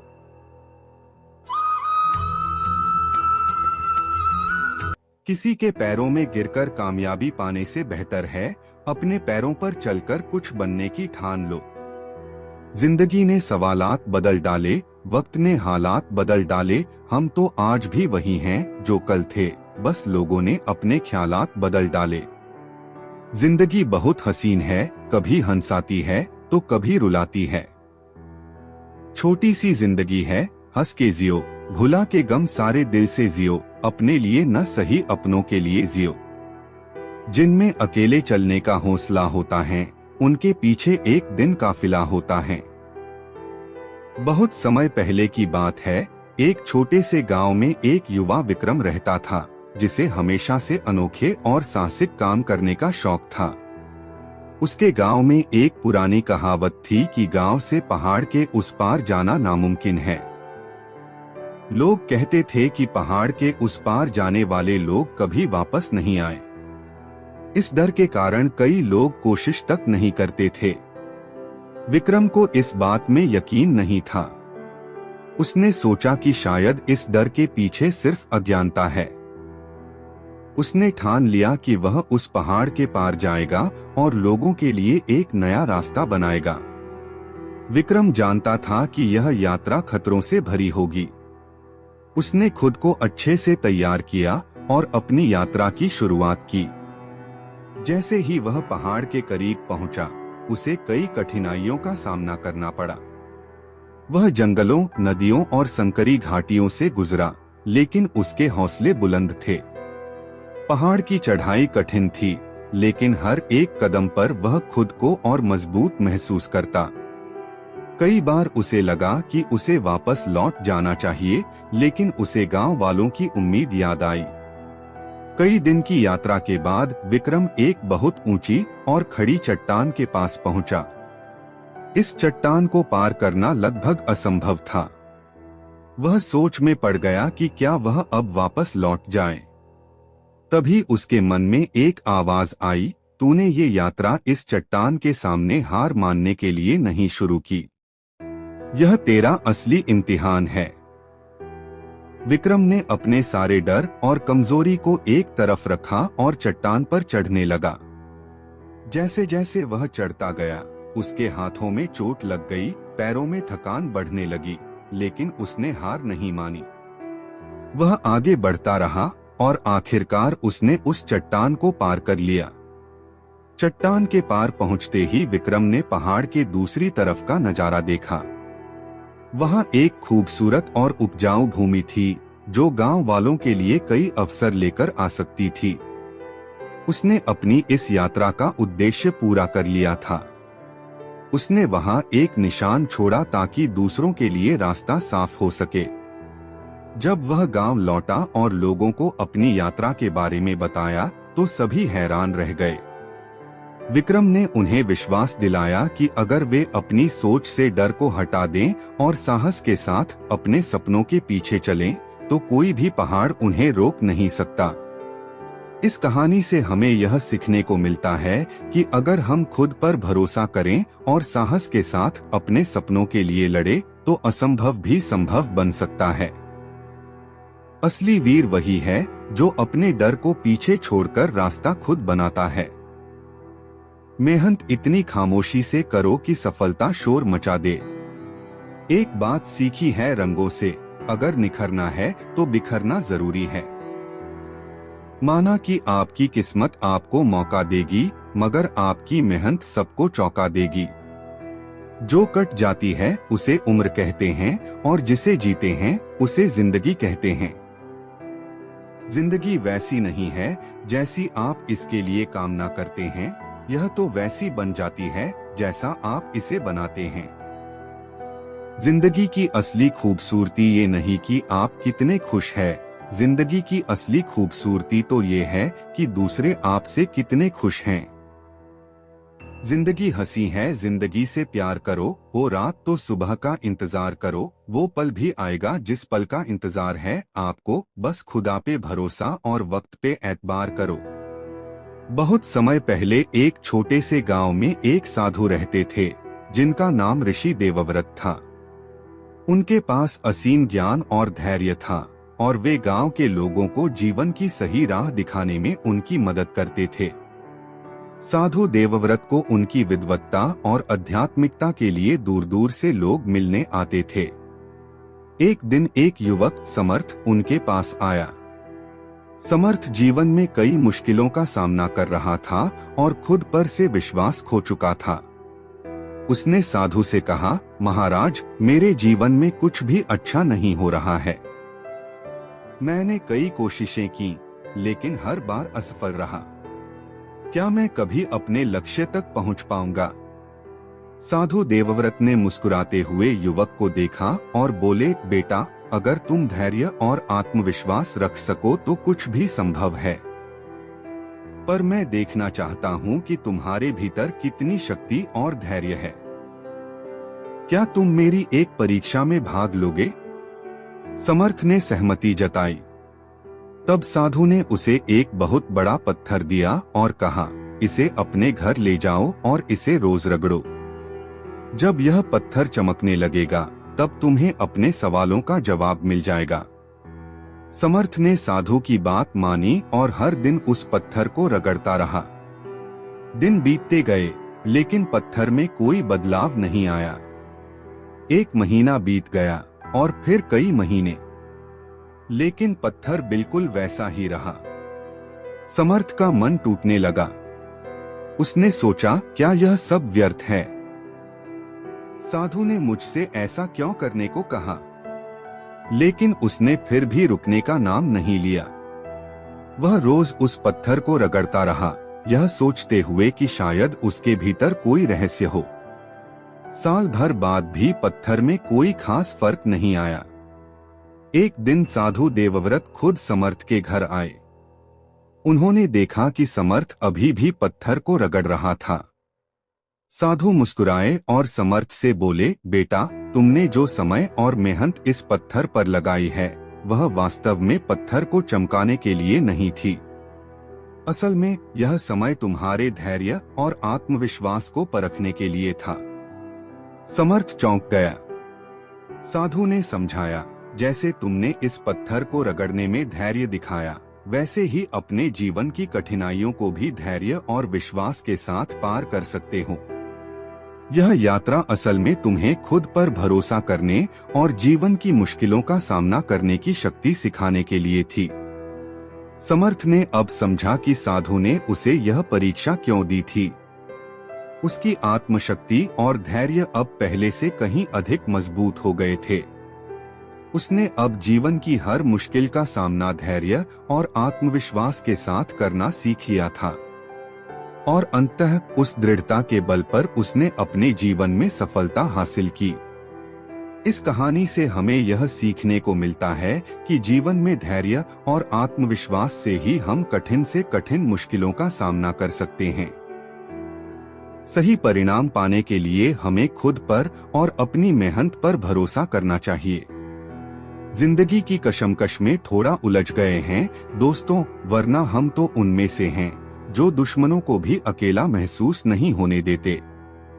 जिंदगी में जितनी बड़ी मुश्किलें होंगी उतना ही बड़ा आपका नाम होगा अगर आपने उन पर काबू पा लिया। मंजिलें कितनी भी ऊंची हो, रास्ते हमेशा पैरों के नीचे होते हैं। हजारों उलझने राहों में और कोशिशें बेहिसाब, इसी का नाम है जिंदगी। चलते रहिए जना। ऐ मेरे अच्छे वक्त तू भी जरा धीरे धीरे चल, हमने बुरे वक्त को बहुत धीरे से गुजरते देखा है। जिंदगी की असली उड़ान अभी बाकी है, जिंदगी के कई इम्तिहान अभी बाकी है।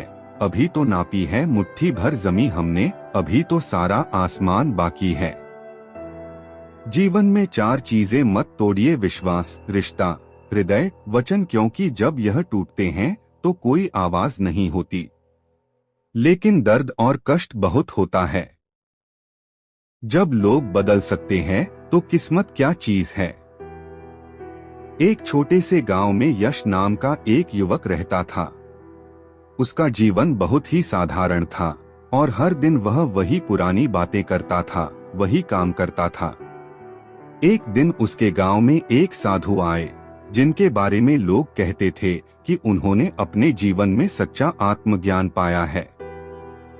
यश ने सोचा कि अगर वह इस साधु से कुछ सीख सके तो शायद उसका जीवन बदल सकता है।